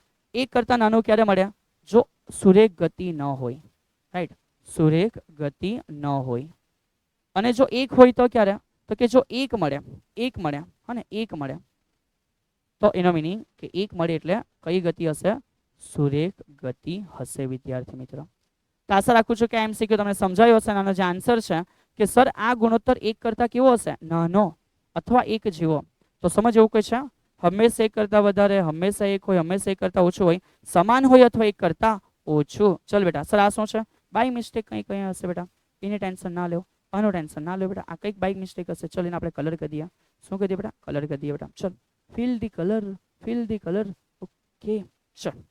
સો આશા રાખું છું કે તમને આરામથી આ સમજ પડી ગયો હશે. અને હવે તમારા માટે બેટા, તમારા માટે તમે મને આનો આન્સર જણાવો કે જો આવું પૂછ્યું હતું, જો ઉપર એવું લખેલું હતું કે પથ લંબાઈ, જો ઉપર લખ્યું હતું કે પથ લંબાઈ અને નીચે લખ્યું હતું સ્થાનાંતર, તો આનો જે આન્સર છે એ કેવો હતો? નંબર 1, અને નંબર 1 બહુ ઓછા ઓપ્શન આપીશ, ટેન્શન ના લે. નંબર 1 કરતાં કેવો? મોટો. 1 કરતાં કેવો? નાનો. સાહેબ તમે 3 ઓપ્શન આપી દીધા. ઓકે બેટા ચાલો. 1 કરતાં મોટો અથવા 1 જેવો, અને 1 કરતાં નાનો અથવા 1 જેવો. થઈ ગયા ઓપ્શન 4. તો આ તમારા માટે આજની થઈ ગઈ કોમેન્ટ નંબર 2. આ તમારા માટે આજની થઈ ગઈ વિદ્યાર્થી મિત્ર, આ તમારા માટે આજની થઈ ગઈ કોમેન્ટ નંબર 2. તો કે ભાઈ COMMENT કોમેન્ટ નંબર 2 માં જણાવો આનો આન્સર કે સર અમે શીખી ગયા. ઓકે ચલીએ. તો આશા રાખું છું કે આ મુદ્દો તમને સમજાયો હોય. અહીંથી આગળ વધીએ તો કે સર હવે બીજી ચર્ચાઓ કઈ કરવાના? આ જ રીતે પછી ચર્ચાઓ પછી થોડી હજુ તો આપણે એન્ટર થયા કે ભાઈ માન કે બીજા MCQ કેવા છે? એક કાર R ત્રિજ્યાના અર્ધવર્તુળાકાર પથ પર એક છેડેથી બીજા છેડે જાય છે. ચલ યાર વિદ્યાર્થી મિત્રો, હવે આપણને આવશ્યક પડી ગઈ વર્તુળ દોરવાની. કોની આવશ્યકતા પડી? વર્તુળ ડ્રો કરવાની બેટા. અને વર્તુળ કેવું તો કે માત્ર અર્ધ વર્તુળ. એ સાહેબ હવે અર્ધ વર્તુળ કેવી રીતે દોરશો? ચલો બેટા, અર્ધ વર્તુળ કેવી રીતે દોરશો? કે સૌથી પહેલા મારી પાસે એક શું આવી ગયું? વર્તુળ. મારી પાસે વર્તુળ માટે શું આવી ગઈ? ત્રિજ્યા. હવે સમજ કે સર વર્તુળ કેવી રીતે દોરી શકે છે? તો મારા વાલા વિદ્યાર્થી મિત્ર, સોરી ચલો મારા વાલા વિદ્યાર્થી મિત્રો, મારી પાસે અડધું વર્તુળ છે. મારી પાસે અડધું વર્તુળ છે જે મારે અહીંથી સમજવું છે. તો ચેક કર યાર કે આમાં અડધું વર્તુળ કેટલી મસ્ત રીતે આવી ગયો. હાય થઈ ગયું. તો સમજ એક અર્ધ વર્તુળ છે અને હવે અહીંથી બાબતો ચાલુ થઈ તો કે સર આ અર્ધ વર્તુળ માટે કેવી રીતે? તો સમજ યાર કેવી રીતે, બહુ શાંતિથી સમજ યાર કે ભાઈ અર્ધ વર્તુળ માટે r ત્રિજ્યા છે. તો સમજ કે આ સેન્ટર છે, તો આ થઈ ગયું r, જે ત્રિજ્યાનું મૂલ્ય છે. હા ને, જે થઈ ગયું ત્રિજ્યાનું મૂલ્ય. આ અર્ધ વર્તુળાકાર પથ પર એક છેડેથી બીજા છેડે, એટલે માન કે કદાચ અહીંયાથી આપણે સ્ટાર્ટ કરીએ છીએ સ્ટાર્ટ. ઓકે વિદ્યાર્થી મિત્ર, તો જ્યાંથી પણ આપણે શું કરવાના? સ્ટાર્ટ કરવાના. તો જ્યાંથી સ્ટાર્ટ કર્યું એના સામેના છેડે તમારે સ્ટોપ કરવું પડશે. તો માન કે આ મારા માટે સ્ટાર્ટ છે અને એના બીજા છેડે ગતિને સ્ટોપ કરે છે. શું પૂછ્યું છે? આ માટે પથ લંબાઈ અને સ્થાનાંતરના મૂલ્યનો ગુણોત્તર. તો વિદ્યાર્થી મિત્રો, પહેલા મને પથ લંબાઈ કેટલી છે ખબર પડેલી હોવી જોઈએ અને પછી સ્થાનાંતર ખબર પડેલું હોવું જોઈએ. તો બધા સમજો બેટા કે આ કેસની અંદર જે પથ લંબાઈ છે, અને પેલું પથ લંબાઈ છે ને બેટા, ઓકે, તો પથ લંબાઈ કેટલી હશે? સર કાળી પેન, ચલ જ્યાં છે ત્યાં થોડી મજા લઈ લઈએ. તો પથ લંબાઈ કેટલી હશે બેટા? આને આખું ચાલ્યું અડધું વર્તુળ છે. આખા વર્તુળનો પરિઘ જો હોય તે 2πr આવે. તો આશા રાખું છું કે અડધા વર્તુળનો પરિઘ πr થઈ જાય. તો મને સમજ પડી ગઈ હશે બેટા, હા ને? અને એ જ રીતે માનો કે પૂછે કે એનો સ્થાનાંતર કેટલો, તો એનું સ્થાનાંતર એટલે સર ખબર પડે કે અહીંથી અહીં સુધી ગયું તો પહેલું વાર અને બીજું વાર, ભલે ને કોઈ બી રસ્તે ગયેલું હોય, એ રસ્તા ઉપર ડિપેન્ડ કરતું નથી. એ માત્ર પ્રારંભિક અને અંતિમ સ્થાનો પર આધાર રાખે કે અહીંયાથી અહીંયા ગયો તો સ્થાન આટલું જ બદલાયું ને, તો એક આર અને બીજો આર, એટલે આ થયું 2r. હા ને, આ કેટલું થયું? 2r. અને પૂછ્યું છે કે ભાઈ એ લોકોનો ગુણોત્તર કેટલો? આશા રાખું છું કે બધાને આ πr જે લીધું એમાં સમજ પડ્યું હશે વિદ્યાર્થી મિત્રો. ભાઈ આ થયો અર્ધ વર્તુળનો પરિઘ, હા ને, આ થયો શું? અર્ધ વર્તુળ. અને આ અર્ધ વર્તુળનો જે પરિઘ છે, આ પરિઘ આવે કેટલો? πr. એટલે મેં લખ્યો છે ભાઈ. ઓકે, સો કદાચ કંઈ કન્ફ્યુઝન હોય તો કન્ફ્યુઝન રાખતા ના. આ બેનો ગુણોત્તર લેવા કીધો. સો આ બેનો જો ગુણોત્તર લેવા કહે તો સર મને ખબર પડે કે r કેન્સલ થયો અને ધ ફાઇનલ આન્સર ઇઝ π/2. અને ચેક કરી રીતે આપણો π/2 આન્સર શું છે? તો કે yes sir, the answer is π/2. ચલિए, તો આશા રાખું છું કે આ MCQ છે એને તમે સમજી શક્યા હશો. અલગ અલગ આવા કેસીસ દ્વારા પ્રયત્ન કરો કે તમે જવાબ લાવી શકો. સર અમને એક આવો પોતે એક્ઝામ્પલ આપી દો નહીં. ચલ બેટા, એક એક્ઝામ્પલ આપું છું હોમવર્ક માટે. એક એક્ઝામ્પલ શેના માટે આપું છું? હોમવર્ક માટે. ઘરે નવરા પ્રયત્ન કરો યાર. ચલિए, તો અહીંથી હવે તમારે રાઈટ છે શું? તો કે ભાઈ ઘરે કરવાનો છે આ દાખલો. તો કે સર કેવો દાખલો? તો કે સમજ, આ એમ છે, વર્તુળનો ભાગ છે બેટા. કોનો ભાગ છે? વર્તુળનો. એંગલ કેટલો છે? 90. અહીંયા તમારે સમજવાનું છે 10 મીટર. આ પણ સમજવાનું છે 10 મીટર. અને તમારે આના માટે શોધવાનું છે શું? તો કે એના માટેની પથ લંબાઈ અને એના માટેના સ્થાનાંતરનો શું? ગુણોત્તર. આ તમારા માટે થઈ ગયો આજનો હોમવર્ક બેટા. ઘરે બેસીને શાંતિથી પ્રયત્ન કરો, દિમાગ દોડાવો યાર, આવડી જશે યાર. ચલ આગળ વધતા ગયા વાલા વિદ્યાર્થી મિત્ર, થોડી નવી વાતો કરી લઈએ. સ્થાનાંતર સદિશ પણ તો છે ને, તે સદિશને પણ સમજતો એક MCQ આપણે અહીંથી કરીએ યાર, ધમાકેદાર રીતે. એક વિમાન 400 મીટર ઉત્તર તરફ ગતિ કરીને 300 મીટર દક્ષિણ તરફ જાય છે અને હવે 1200 મીટર 0 ગતિ કરે તો પરિણામી સ્થાનાંતર કેટલું? સર હવે સમજાવો નહીં થોડું એને. ચલો બેટા, હવે આપણે એને થોડી સમજવા ઉપર ધ્યાન આપીએ કે ભાઈ એ લોકો એવું કીધું કે વિમાન જવાનું તો પેલા ઉત્તર દક્ષિણ ડિસાઈડ કરી દે વિદ્યાર્થી મિત્રો. ઉત્તર દક્ષિણ ડિસાઈડ કરી દે, કોઈ પણ બાજુ મુકાય, એમાં કોઈ ના નથી, રાઈટ. અને પછી ઉપર પણ જવાનું છે તો ઉપરના માટે પણ પછી જોઈશું. પહેલા અહીંથી થોડું સ્વીકારી લે કે માન કે એ આ તરફ જાય તો તમારે એવું સમજવાનું કે આ ઉત્તર દિશા છે, અને માન કે આ તરફ જાય તો તમારે એવું સમજવાનું કે આ કઈ દિશા છે? દક્ષિણ દિશા છે. અને આ પ્લેન કોઈ જગ્યાએથી ગતિની શરૂઆત કરે છે વિદ્યાર્થી મિત્રો, તો આપણે થોડું અહીંથી સમજીએ કે પ્લેન ગતિ કરી રહેલું છે તો કઈ રીતે. તો સૌથી પહેલા કીધું કે વિમાન 400 મીટર ઉત્તર તરફ, તો મેં કહી દેમ કે આ સ્ટાર્ટિંગ, મેં એવું કહી દેમ કે આ કોણ છે બેટા? સ્ટાર્ટિંગ. પ્લેન અહીંયાથી ઉત્તર બાજુ ગયો, કેટલા મીટર ગયો? તો કે ભાઈ 400 મીટર, રાઈટ. તો સમજ યાર, આ સ્ટાર્ટ છે, સ્ટાર્ટથી આ તરફ આવી ગયું 400 મીટર. કેટલા મીટર આવી ગયો? 400 મીટર. સમજ પડી?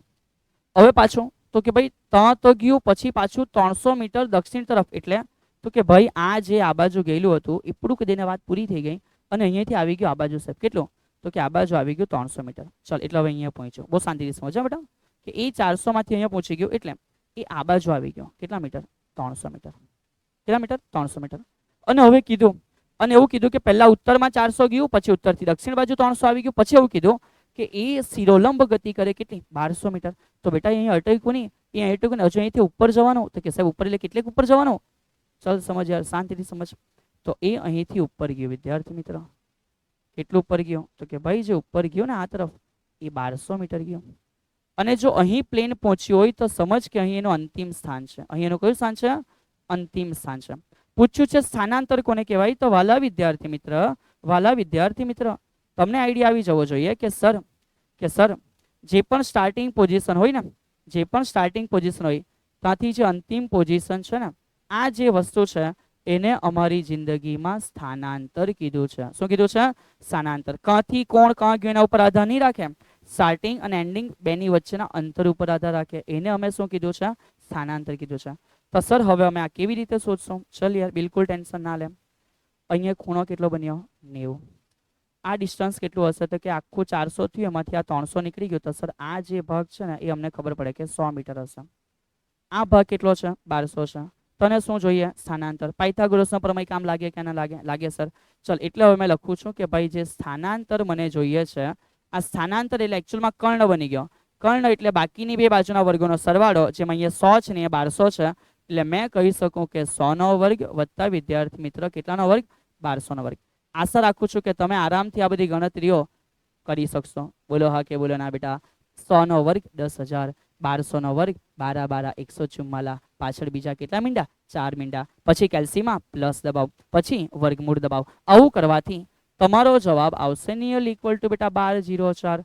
સર તમને કેવી રીતે ખબર, મારી મરજી ભાઈ, મારી મરજી, મને ખબર છે, મને ખબર છે યાર. તમે બી આવી રીતે કોઈક રીતે ખબર પાડી શકે એવું કંઈક કરજો યાર.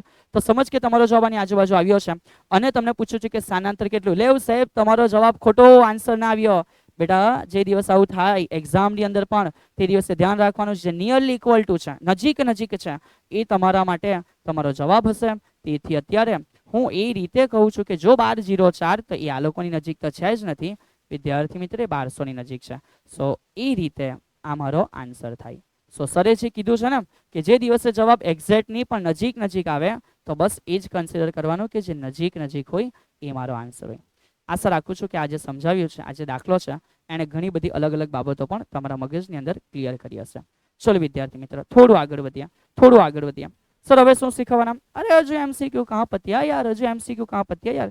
જેટલા બી અલગ અલગ રીતના આપણા દિમાગની અંદર MCQ હોવા જોઈએ એ બધા આપણે ક્લિયર કરીએ ને. ચલો હજુ એક જોરદાર MCQ, બહુ શાંતિથી ઉપર વાંચી લે વિદ્યાર્થી મિત્ર કે યાર શું જોવાના છે. મેં નીકળા ઓ ઘડી લેકે, એવું નથી યાર, આપણે એક પૈંડો લઈને જવાના છે યાર. કોઈ ગાડી તમને આપવાનો છે નથી યાર, કોઈ ગાડી અત્યારે તમને આપવાનો છે નથી યાર. લાઈન ઓકે આવી ગઈ. ચલો બેટા તો એક રસ્તો છે બેટા કે જે રસ્તા ઉપર આપણે નીકળવાનું છે. શું લઈને તો કે ભાઈ 1 મીટર ત્રિજ્યાનો એક વ્હીલ છે. ચલ તો પહેલા અહીંયા વ્હીલ લઈ લઈએ બેટા. ચલો બધા બહુ શાંતિથી સમજો કે ભાઈ આપણી પાસે એક પૈંડું છે જેના માટે કીધું છે કે ત્રિજ્યા કેટલી છે, 1 મીટર છે. ચલ વિદ્યાર્થી મિત્રો એક પૈંડું છે જે મેં અત્યારે અહીં ડ્રો કરેલું છે. વિદ્યાર્થી મિત્રો બહુ શાંતિથી સમજવા પ્રયત્ન કરજો કે સર એકચ્યુઅલમાં કે શું રહેલા છે, રાઈટ. અધરવાઇઝ દાખલામાં શું છે ખબર જ ના પડશે, બસ જવાબ આવી જશે અને મજા આવી જશે કે સર જવાબ આવી ગયો. બેટા એ આવશ્યક નથી યાર. ચલો તો આ એક પૈંડું છે. હવે અહીંયા જે સમજાવું છું એ બહુ શાંતિથી સમજો. 1 મીટર ત્રિજ્યાનો તો કહી શકું કે આના માટે આર જે છે એ કેટલા મીટર છે, 1 મીટર છે. વ્હીલ સમક્ષિતિજ રસ્તા પર અડધું ચક્ર ફરે છે. કેવું ચક્ર વિદ્યાર્થી મિત્ર, અડધું, એટલે આખું નથી જતું. બહુ શાંતિથી સમજજો. માન કે અડધું ચક્ર ફરે તો થાય શું, તો ત્યારે આ એક પોઈન્ટ નીચે હશે. અડધું ચક્ર પતે, અડધું, ઇટ મીન્સ કે આ પોઈન્ટ ઉપર આવી ગયેલો હશે. કારણ કે એ જ્યારે નીચે આવે ત્યારે એવું કહેવાય કે એક ચક્ર પતી ગયો. તો ગોલ ફરતા ફરતા ફરતા આ પોઈન્ટ જ્યારે બેટા ઉપર જશે, હે ને, અડધો ઉપર જશે, અડધું ચક્ર પતી ગયું. અડધું ચક્ર પતે તે દિવસે વિદ્યાર્થી મિત્ર તો જમીન સાથે શરૂઆતમાં સંપર્કમાં રહેલા બિંદુના સ્થાનાંતરનું મૂલ્ય શોધો. એટલે સમજ આ સ્ટાર્ટિંગ છે, આ સ્ટાર્ટિંગ છે બેટા, રાઈટ. અને આ સ્ટાર્ટિંગમાં આ જે બિંદુ છે સંપર્ક બિંદુ છે. સ્ટાર્ટિંગમાં જે આ બિંદુ છે એ કયું બિંદુ છે? સંપર્ક બિંદુ છે. જેમ જેમ પૈંડું આગળ જાય તો સમજ આ પોઈન્ટ ખાલી ઉપર જેવું ને આ પોઈન્ટ આગળ પણ જશે વિદ્યાર્થી મિત્ર. તો સમજ યાર, જે દિવસે અડધું અંતર પતે તે દિવસે શું થાય છે સમજ. બહુ શાંતિથી દિમાગ લગાવવાનો છે યાર, બહુ શાંતિથી. કે સર એક વર્તુળ આખું પતે ને, આ પૈંડું જે દિવસે આખું નીચે આવી જાય ને વિદ્યાર્થી મિત્ર, તે દિવસે જે અંતર કપાય ને, હા ને, તે દિવસે જે અંતર કપાય ને એ અંતર પરિઘ જેટલું હોય. કોના જેટલું હોય? પરિઘ. સો આ ડિસ્ટન્સ જો અહીંયા સુધી આવી જાય અને આપણે એવું માની લઈએ, સાંભળજો બેટા, આપણે એવું માની લઈએ કે સર અહીંયા થાય એક ચક્ર પૂર્ણ. એક ચક્ર પૂર્ણ. તો એક ચક્ર પૂર્ણ થાય તે દિવસે પૈંડાએ જે કાપેલું અંતર હોય વિદ્યાર્થી મિત્ર એ 2πr હોય. કેટલું અંતર હોય? 2πr. સર એટલે સમજી ગયા કે જે દિવસે પૈંડાએ અડધું અંતર કાપ્યું હશે, કે અડધું ચક્ર પૂરું કર્યું હશે, તે દિવસે આ બાજુ કોઈ જગ્યા હોવો જોઈએ. કે હા વિદ્યાર્થી મિત્ર. અને સર એનું અંતર 2πr ની હશે, એની કરતાં અડધું હશે, એટલે કે એનું અંતર માત્ર πr કપાયેલું હશે. એનું અંતર માત્ર કેટલું કપાયેલું હશે? πr કપાયેલું હશે. તો હવે સમજાવશો. માન વિદ્યાર્થી મિત્રો કે આપણે આ જ પૈંડાને અમુક અડધા ચક્ર કાપી લીધા પછી ફીલ કરીએ. તો સમજ આ જ મારું છે બેટા વર્તુળ. આ જ મારું શું છે? વર્તુળ છે. તો આ જ મારું વર્તુળ છે વિદ્યાર્થી મિત્ર, જે અડધું ચક્ર પતી ગયા પછી છે. તો શાંતિથી સમજે કે ભાઈ અડધું ચક્ર પતી ગયા પછી શું થાય. તો કે જે દિવસે અડધું ચક્ર પતશે તે દિવસે તમે આરામથી હવે સમજી શકેલા હશો કે સર આ નીચેવાળું બિંદુ એમ પૈંડું આગળ ગયું ને તેમ અહીંયા પહોંચી ગયો. આને કહેવાય અડધું. કેમ? કારણ કે અહીંયા પછી આવી જતે નીચે.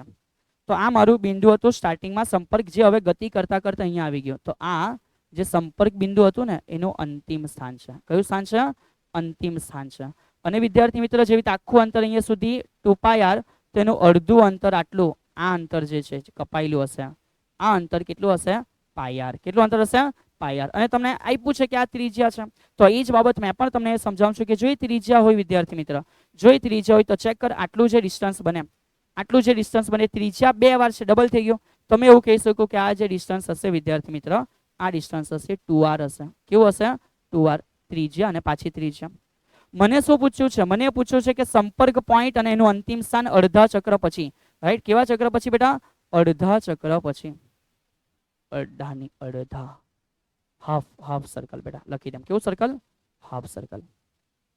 તો ભાઈ હાફ સર્કલ પછી જ્યારે ત્યાં પહોંચેલું હશે, હવે સર એ જગ્યાએ મને પૂછ્યું છે કે સ્થાનાંતર કેટલું. તો ભાઈ આ પોઈન્ટથી આ જે છે ને, આ જે દેખાય છે ને, આ શું થયું? તો કે ભાઈ આ જે થયું એને એવું કહેવાય કે આ સ્થાનાંતર થયું. અને મારે આ સ્થાનાંતર શોધવું છે. તો સર હવે કેવી રીતે? ડુ નોટ વરી, અમને આઈડિયા આવી ગયો કે સર ફરી પાછો એંગલ કેટલો બન્યો? 90. અને જો 90 નો એંગલ બને તો તમે ટેન્શન ના લો કે અમને ખબર પડી જાય કે ભાઈ જે સ્થાનાંતર છે, આ સ્થાનાંતર એટલે જો અહીંયા આપણને સ્થાનાંતર કર્ણ મળે તો બાકીની બે બાજુના વર્ગોનો સરવાળો હશે. સો આઈ કેન સે અંડરરૂટ 2r² અને πr². સો મેં લખી શકું છું વિદ્યાર્થી મિત્રો કે πr નો પણ વર્ગ હશે એક બાજુ અને બીજી બાજુ 2r નો પણ વર્ગ હશે. અને એથી મને ખબર પડે કે બંનેમાં r તો સેમ જ છે. r નો વર્ગ છે જે કોમન આવ્યો ને આખો બહાર આવી ગયો. કોમન આવીને આખો ક્યાં આવી ગયો બેટા? બહાર આવી ગયો. તો સર જે બચવાનું એ શું બચવાનું? તો સમજ વિદ્યાર્થી મિત્રો શું બચવાનું યાર? સમજ વિદ્યાર્થી મિત્રો શું બચવાનું? આ r² પહેલા બહાર અને આખો બહાર આવી જાય તો r બની જાય. વર્ગમૂળમાં બાકી રહ્યો π નો વર્ગ અને વત્તા 2 નો વર્ગ કેટલો હોય? 4. અહીંયા તમને રકમમાં કીધું છે કે 1 મીટર ત્રિજ્યા. સો એટ ધી એન્ડ હું લખીશ કે અહીં જે પણ r છે વિદ્યાર્થી મિત્ર, એ r કેટલો છે? સર r ની વેલ્યુ 1 મીટર છે. સો ઉસકો ભુલા દે. તો ફાઇનલી બેટા આન્સર આવી ગયો કે ભાઈ હવે આ સ્થાનાંતર કેટલું છે? તો કે બચ્યું r તો 1 થઈ ગયો, વર્ગમૂળમાં π² પ્લસ કેટલા? 4. અને આ રીતે બસ આવો MCQ પણ આપણે જોરદાર રીતે બેટા કવર કરી લીધો. તો આશા રાખું છું કે આ MCQ આ રીતે તમ બધાને બહુ જ વ્યવસ્થિત રીતે સમજ પડી ગયેલો હશે. બોલો હા કે બોલો ના બેટા? બોલો હા કે બોલો ના? ચલિए. સો the final answer we got is π² plus 4 and I am very much happy because every student is going to learn it perfectly. ચલિए બેટા આશા રાખું છું કે તમે બધા અને વ્યવસ્થિત ભણી ચૂકેલા હશો અને MCQ હવે તમને આવડી જશે. તો હવે MCQ બેટા DPP માં પણ તમારા માટે મૂકેલા છે. તો તમારે એ DPP ની અંદરથી પણ એને વ્યવસ્થિત સોલ્વ કરવા જરૂરી છે. ઓકે, ચલિए હવે આગળ વધીએ. નેક્સ્ટ, સરેરાશ ઝડપ. તો વિદ્યાર્થી મિત્ર જે રીતે સરેરાશ ઝડપ છે એ રીતે જ મારે તમે લોકોને સરેરાશ વેગ પણ સમજાવવાનો છે. તો વિધાઉટ એની ટાઈમ પાસ હવે આપણે આ વસ્તુને ઇન ડિટેલ જોવાની છે, બિલકુલ ઉપર નથી જોવાની, પણ ઇન ડિટેલ જ્યારે આપણે આલેખો શીખશું ત્યાર પછી સરેરાશ પર જવાના છે. એના આલેખો દ્વારા આન્સર કેવી રીતે લવાય એ પણ જોઈશું. વિકલન દ્વારા ફરી પાછી એકવાર ઝડપ સમજીશું અને એને વિકલન દ્વારા પણ અમુક એમસીક્યુને સોલ્વ કરશું. એટલે અત્યારે અમુક નાની નાની બાબતો કે સર સરેરાશ ઝડપ એટલે શું? તો વાલા વિદ્યાર્થી મિત્ર ઝડપ એટલે બહુ સીધી વસ્તુ છે કે સર આ ઝડપ માટે મને એવું ખબર છે કે ઉપર આવે કપાયેલું અંતર અને અંતરના છેદમાં શું હશે? સમય. પણ જો એક્ઝેક્ટ વાત કરું તો અંતર એટલે કોણ? તો કે અંતર એટલે પથ લંબાઈ. અંતર એટલે કોણ વિદ્યાર્થી મિત્ર? પથ લંબાઈ ના છેદમાં શું હશે? સમય. અને જો આટલી બાબત તમારા મગજમાં ફિટ થઈ ગઈ કે સર એકમ સમયમાં જે પથ લંબાઈ છે એને અમે શું કહેવાના? ઝડપ કહેવાના. તો એના જ દ્વારા તમારો એકમ પણ તૈયાર થઈ જશે કે ભાઈ એકમ એટલે શું? તો કે પથ લંબાઈ મીટર, સમય સેકન્ડ. પારિમાણિક સૂત્ર તો સર આવડે છે, જસ્ટ એકવાર રિપીટ કરી લઈએ. m0 લંબાઈ L1, સમય નીચે છે t કેવો? -1. અને પથ લંબાઈ અદિશ છે એટલે ધ્યાન રાખજો કે જે ભાઈ ઝડપ છે આ ઝડપ પણ પોતે કયા પ્રકારની રાશિ છે? અદિશ રાશિ છે. કયા પ્રકારની રાશિ છે વિદ્યાર્થી મિત્રો? અદિશ રાશિ છે. ચલો ઓકે, આગળ વધીએ. આ બાબતો થઈ જાય પછી હવે જે સવાલ છે એને આપણે સમજીએ, રાઈટ? કારણ કે સવાલની અંદર વધારે ક્લિયર થશે કે ભાઈ આ સરેરાશ ઝડપ એટલે શું. પણ ધ્યાન રાખજો કે સરેરાશ ઝડપ એટલે પથ લંબાઈના છેદમાં શું હશે? સમય હશે. બરાબર છે? ઓકે, ચલો તો સર અહીંથી કન્ટિન્યુ કરીએ એમસીક્યુ કે ભાઈ એક કાર પ્રથમ અડધા સમય સુધી 40 કિલોમીટર પર આવવાની ઝડપે અને બીજા અડધા સમય સુધી 60 કિલોમીટર પર આવવાની ઝડપે ગતિ કરે તો સમગ્ર દરમિયાન તેની સરેરાશ ઝડપ કેટલી? આજે માત્ર નાના નાના એમસીક્યુ છે બેટા, રાઈટ છે? ઓકે, જેમ જેમ આલેખો આવશે ને વિકલન આવશે સર એ જ કહે છે કે ત્યાર પછી આપણે ડેપ્થમાં જશું. હવે એક કાર અડધા સમય, વિદ્યાર્થી મિત્રો એમ નથી કીધું કે અડધા અંતર સુધી, એમ કીધું છે કે અડધા સમય સુધી. તો માનો કે આપણે અત્યારે અહીંયા લઈ લઈએ કે આ એનો કંઈક ગતિ છે બેટા, એનો ગતિપથ છે. આ એનો ગતિનો શું છે? ગતિપથ. ચલો હવે અહીંયા સમજીએ આપણે. અહીંયા એવું કીધું કે માનો કે અહીંયાથી આપણે ગતિની શરૂઆત કરીએ અડધા સમય સુધી. તો મને નથી ખબર બેટા, પણ 40 અને 60 માં જ પડે કે અડધો સમય અહીંયા સ્પીડ ઓછી છે, અહીંયા ઝડપ ઓછી છે. તો મેં અત્યારે અહીંયા ઝડપને v કહી દઉં, એમ તો s કહેવાય પણ ઇટ્સ ઓકે, ડુ નોટ વરી, આપણે એને v કહેતા છે અત્યારે. તો અહીંયા જે v પહેલી છે બેટા ઝડપ એ કીધી કે 40 કિલોમીટર પર આવર છે અને બીજું જે આને અંતર કાપ્યું હશે એ વધારે હશે કારણ કે એમાં એના માટે ઝડપ વધારે છે. તો એ એવું કીધું કે 60 કિલોમીટર પર આવર છે અડધા સમય સુધી. ઇટ મીન્સ અહીંયા જે ટાઈમ t છે ને બેટા અથવા t1 છે ને એ ટોટલ સમયનો અડધો છે અને અહીંયા પણ જે સમય છે એ ટોટલ સમયનો કેવો છે? અડધો છે. And that's why we can say બેટા અહીંયાથી અહીંયા સુધી જે કુલ સમય છે એ સમય t હોવો જોઈએ. ચલીએ, તો જો આ મુજબની બાબત હોય તો આપણે એવું સમજવાનું છે અથવા એવું શોધવાનું છે કે સરેરાશ ઝડપ કેટલી. તો વિદ્યાર્થી મિત્રો હવે આપણે આવી ગયા પિક્ચરમાં. કોના માટે? તો કે સર સરેરાશ ઝડપ માટે. ચલીએ, તો મેં હવે અહીંથી લખું છું કે મારે શોધવું છે સરેરાશ ઝડપ.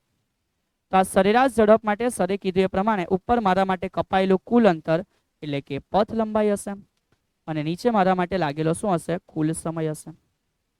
પણ સર અહીંયાથી સમસ્યા એ સર્જાય છે કે અમારી પાસે ટોટલ અંતર કપાયું કેટલું એ છે નથી. તો હું ધારી લેમ છું કે આ અંતર x1 છે અને ધારી લેમ છું કે આ અંતર કેટલું છે? x2 છે.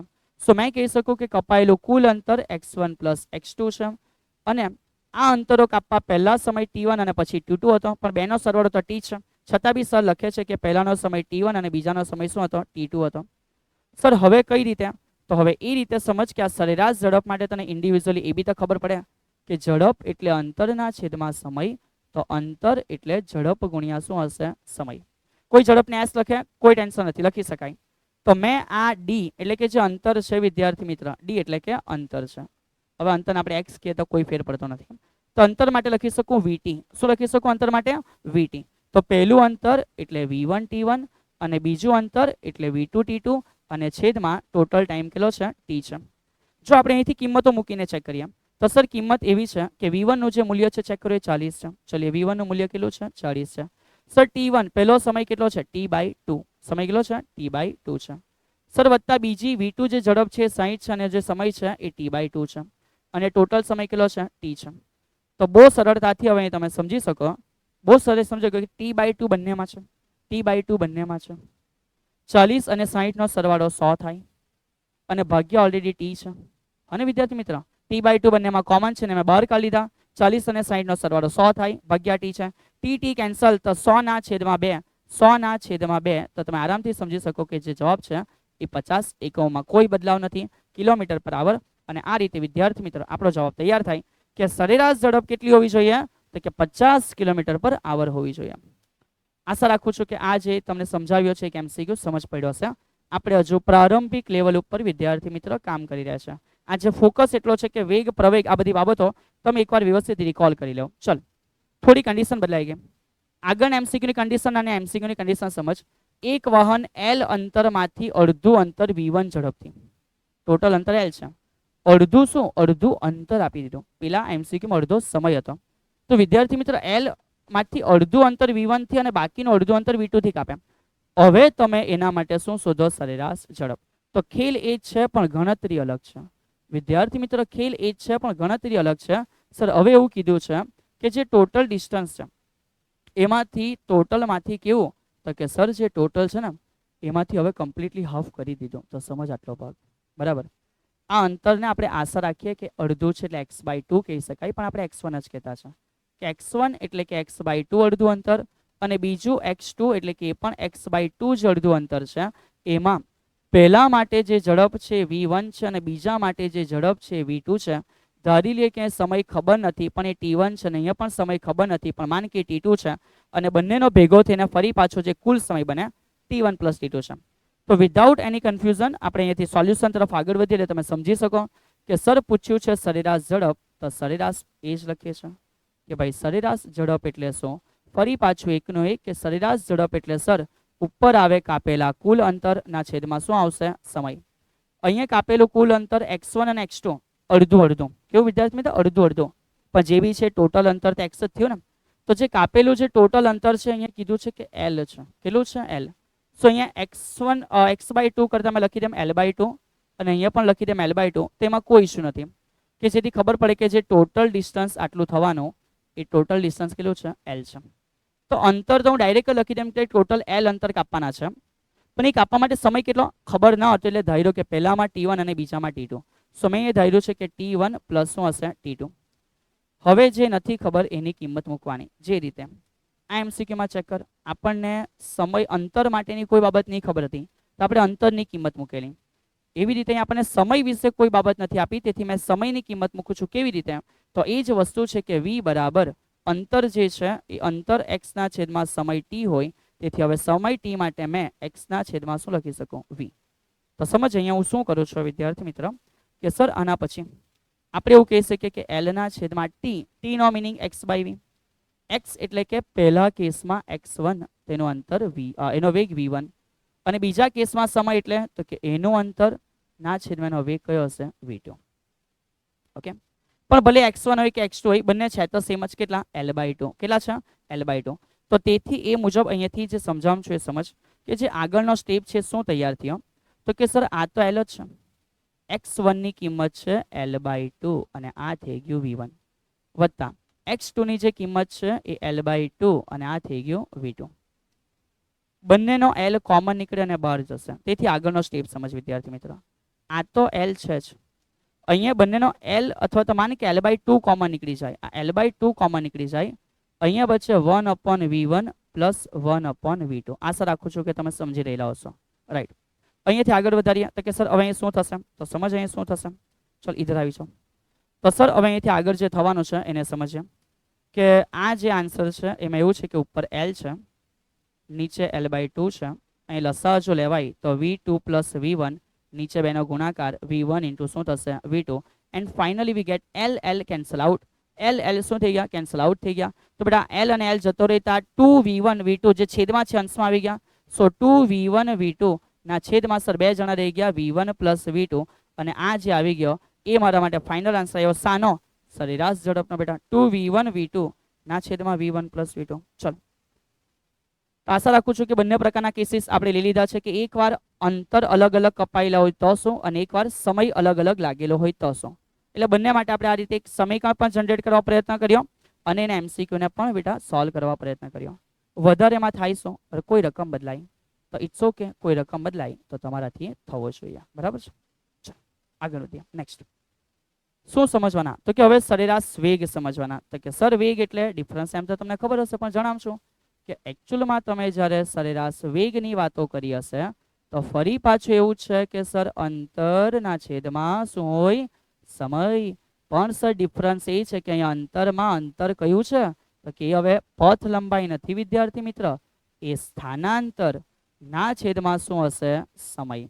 એટલે કે વ્યાખ્યા કોઈ વ્યક્તિ એવી બોલી શકે, એકમ સમયમાં પદાર્થના સ્થાનમાં થયેલા ફેરફાર એટલે કે સ્થાનાંતર ને શું કહેવાય? તો કે વેગ કહેવાય. આવશે, બધી વ્યાખ્યા આવશે, ડુ નોટ વરી, પણ અત્યારે સમજવા ઉપર ધ્યાન આપો. ચલ, અને ત્યાર પછી સર અમને એના માટે એકમ જરૂરી છે, તો એ અહીંયા રિપીટ થઈ ગયો કે જે એકમ છે સ્થાનાંતર મીટર છેદમાં સમય છે, શામાં છે? સેકન્ડ છે. ત્યાર પછીનું પારિમાણિક સૂત્ર એક ને એક જ છે સર, આઈડિયા આવી ગયો. m0 મીટર એટલે કે લંબાઈ એક વાર છે, સમય નીચે એક વાર છે, -1 થઈ ગયો. મેં એક્સેપ્ટ કરું છું કે તમે પારિમાણિક સૂત્રના લેક્ચરને કમ્પ્લીટલી ફોલો કર્યો હશે, તો આજે આ તમારા માટે બહુ સરળ હશે. જો થોડી તકલીફ લાગે છે ને તો બેટા એ લેક્ચર કમ્પ્લીટ કરવો આવશ્યક છે. ઓકે, ચલો. અને સર ખબર પડે કે જેવી રીતે સ્થાનાંતર સદિશ એવી રીતે વેગ પણ કેવી રાશિ છે? તો કે ભાઈ વેગ સદિશ રાશિ છે. વેગ પણ સદિશ રાશિ છે. ઓકે, ચલીએ. તો આ બાબતોનું ધ્યાન રાખજો વિદ્યાર્થી મિત્ર. જે રીતે સમજાવું છું, જે રીતે પથ લંબાઈ ધન જ આવે તેવી રીતે ઝડપ બી ધન જ આવે, પણ જે રીતે સ્થાનાંતર ધન, ઋણ અને શૂન્ય આવે તે તમામ કેસોમાં સ્થાનાંતરના લીધે જ વેગ પણ ધન, ઋણ અને શૂન્ય આવી જાય. જે રીતે સુરેખ ગતિ થતી હોય, તો પથ લંબાઈ અને સ્થાનાંતર બંને સેમ છે, તો વેગ અને ઝડપ પણ સેમ હશે.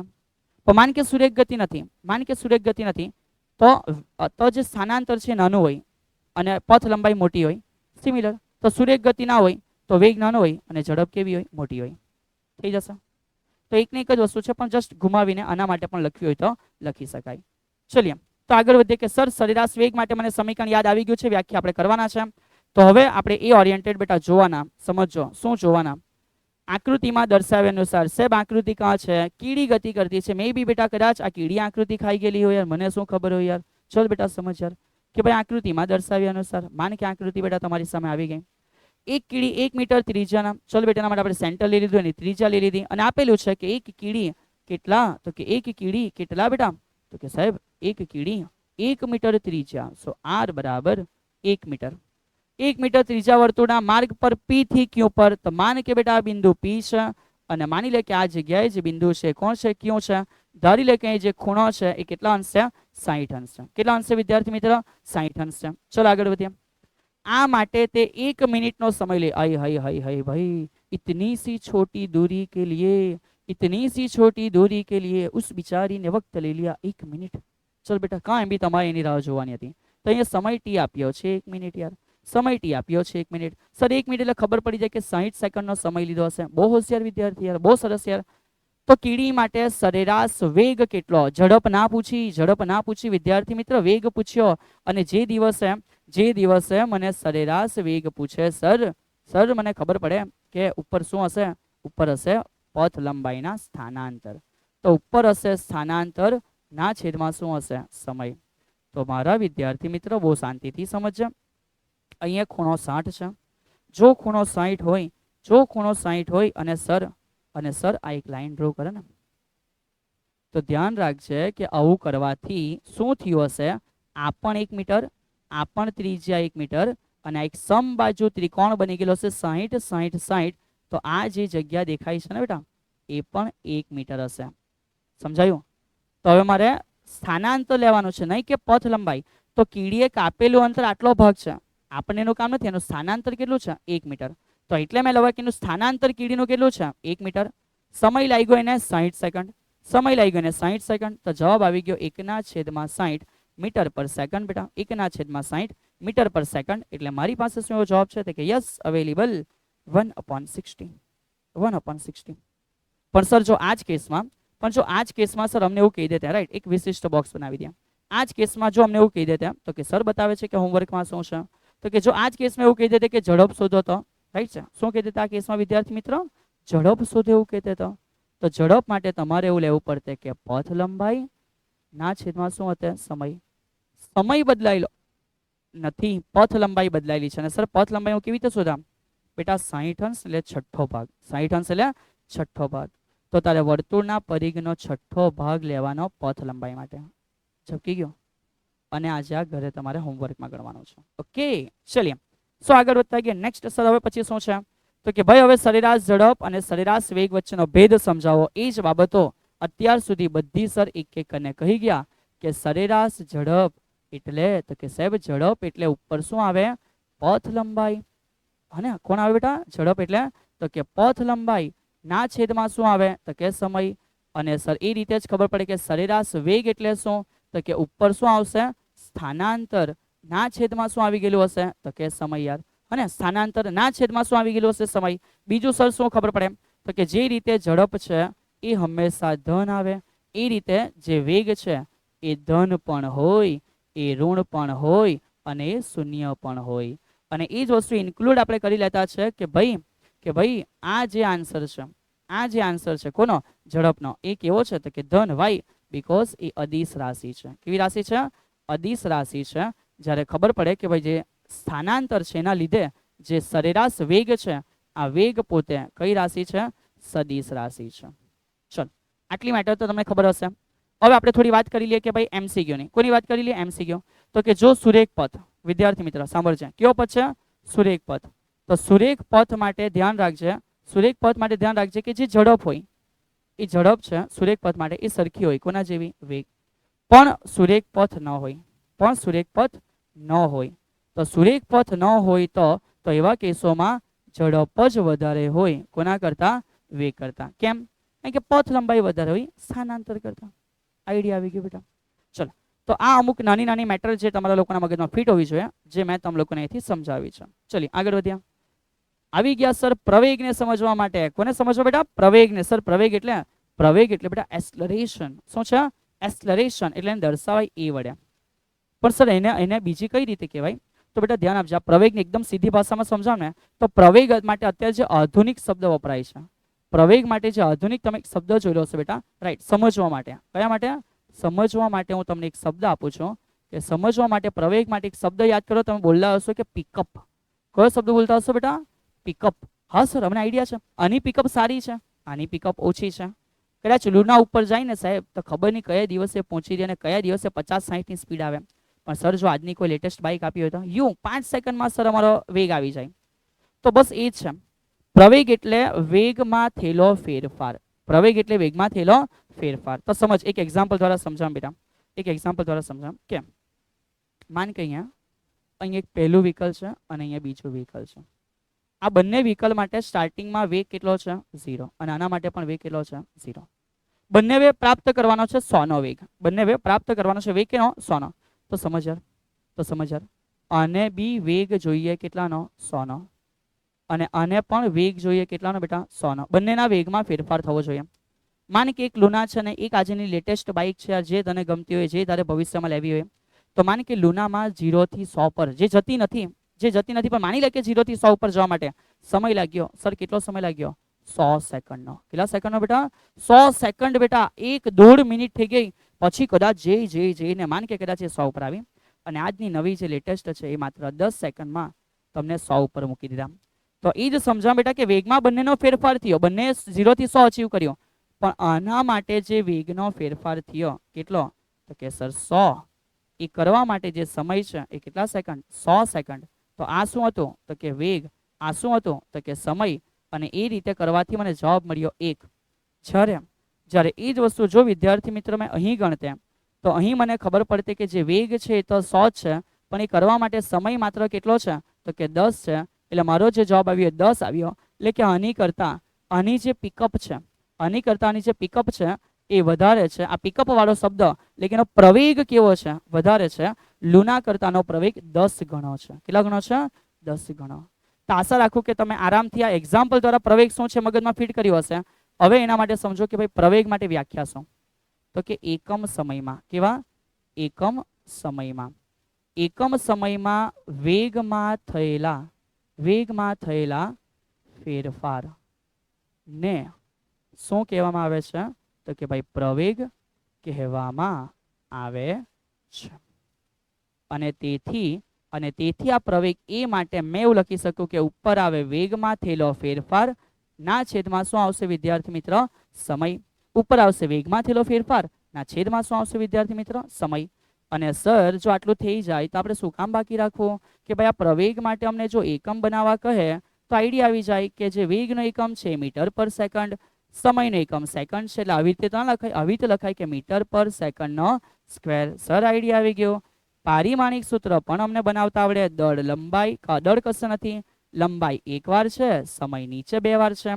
વેગ રાશિ સદિશ છે, તેથી ડેફિનેટલી સર કે જે પ્રવેગ છે ને આ પ્રવેગ પણ કેવી રાશિ છે તો કે સદિશ રાશિ છે. કેવી રાશિ છે વિદ્યાર્થી મિત્ર? સદિશ રાશિ છે. ચલિએ, તો આશા રાખું છું કે જે આ પ્રવેગ અંગેની માહિતી છે એ પણ તમ વિદ્યાર્થીઓને બહુ વ્યવસ્થિત સમજ પડી હશે. સો કોઈ બધી લાંબી વ્યાખ્યા આજે ગોખવાનો પ્રયત્ન નથી. આજના લેક્ચરનો મૂળભૂત જે હેતુ છે એ આપણે ક્લિયર કર્યો છે. હેતુ એ હતો બેટા કે તમે ચેપ્ટરની અંદર ઇન્વોલ્વ થાવ છો અને આ 3 મેટરને બહુ ડિટેલમાં ભણવાના છો. એ તમારા મગજમાં એકવાર ફિટ થઈ જાય કે સર આ પથ લંબાઈ, આ સ્થાનાંતર, આ વેગ, આ ઝડપ અને આ શું છે પ્રવેગ. અને એ ઓરિએન્ટેડ અમુક એમસીક્યુ પણ મેં તમને લોકોને આઈડિયા આપ્યા છે કે જેથી એ એમસીક્યુ કર્યાથી બેટા આપણને ખબર પડે બેટા, રાઈટ છે કેમ? ઓકે, આપણને ખબર પડે કે ભાઈ આને ભણવાના છે તો આનો એકચ્યુઅલી મિનિંગ આવો છે. તો વિદ્યાર્થી મિત્રો આ જ લેક્ચરની અંદર આપણે આ બાબતોને આજે કમ્પ્લીટ કરી છે. નેક્સ્ટ લેક્ચરની અંદર જ્યારે આપણે મળીશું ધ્યાન રાખજો, આપણે બેઝિક ગણિત અંગેની જે બાબતો છે એને કવર કરવા જઈ રહ્યા છે. સૌથી પહેલા આલેખ વિશેની સમજૂતીઓ મેળવીશું, ત્યાર પછી આલેખને ઇન્વોલ્વ કરશું આ જ તમામ રાશિઓ માટે અને એના ઉપરથી આગળના કન્સેપ્ટોને સમજીશું, રાઈટ છે. ત્યાર પછીના સેશન્સમાં આપણે વિકલન તરફ આગળ વધવાના છે. તો આજે અહીં જેટલું પણ કરાવ્યું છે એ તમે વ્યવસ્થિત રીતે આજે કરશો અને જે જગ્યા બેટા તકલીફ આવે છે તમે કોમેન્ટ બોક્સની અંદર પૂછી શકશો. તમે દરેકની કોમેન્ટ હું જોઈ રહ્યો છું, તમે દરેક આપેલા રિપ્લાયના જે આન્સરો છે એ પણ હું જોઈ રહ્યો છું બેટા. તેથી કોઈ કન્ફ્યુઝન હોય તો મને જણાવજો, કારણ કે તમારામાંથી જ વિદ્યાર્થીઓ કહ્યું હતું કે સર બેઝિક મેથ્સથી કરાવો. તો એટલે આજે મેં પહેલાં એ ક્લિયર કરી લીધું છે કે બેઝિક મેથ્સ આપણે કઈ રીતે લેવાના છે બેટા, રાઈટ, કે જેથી બેઝિક મેથ્સ પણ કમ્પ્લીટ થતું જાય અને તમારા ફિઝિક્સના કન્સેપ્ટ પણ કમ્પ્લીટ થતા જાય, રાઈટ છે. તો બસ તમારા લોકોની આ જ બધી બાબતો છે અમે જોઈ રહ્યા છીએ. તો તમે જણાવી શકો છો કે જેથી અમે લેક્ચરની અંદર એ બાબતોને પણ તમારા માટે કવર કરી શકીએ. તો બસ ઘરે રહો અને જોરદાર રીતે ભણતા રહો બેટા. ઓકે, મળતા રહીશું બસ આ ચેનલ ઉપર. ત્યાં સુધી જય હિન્દ.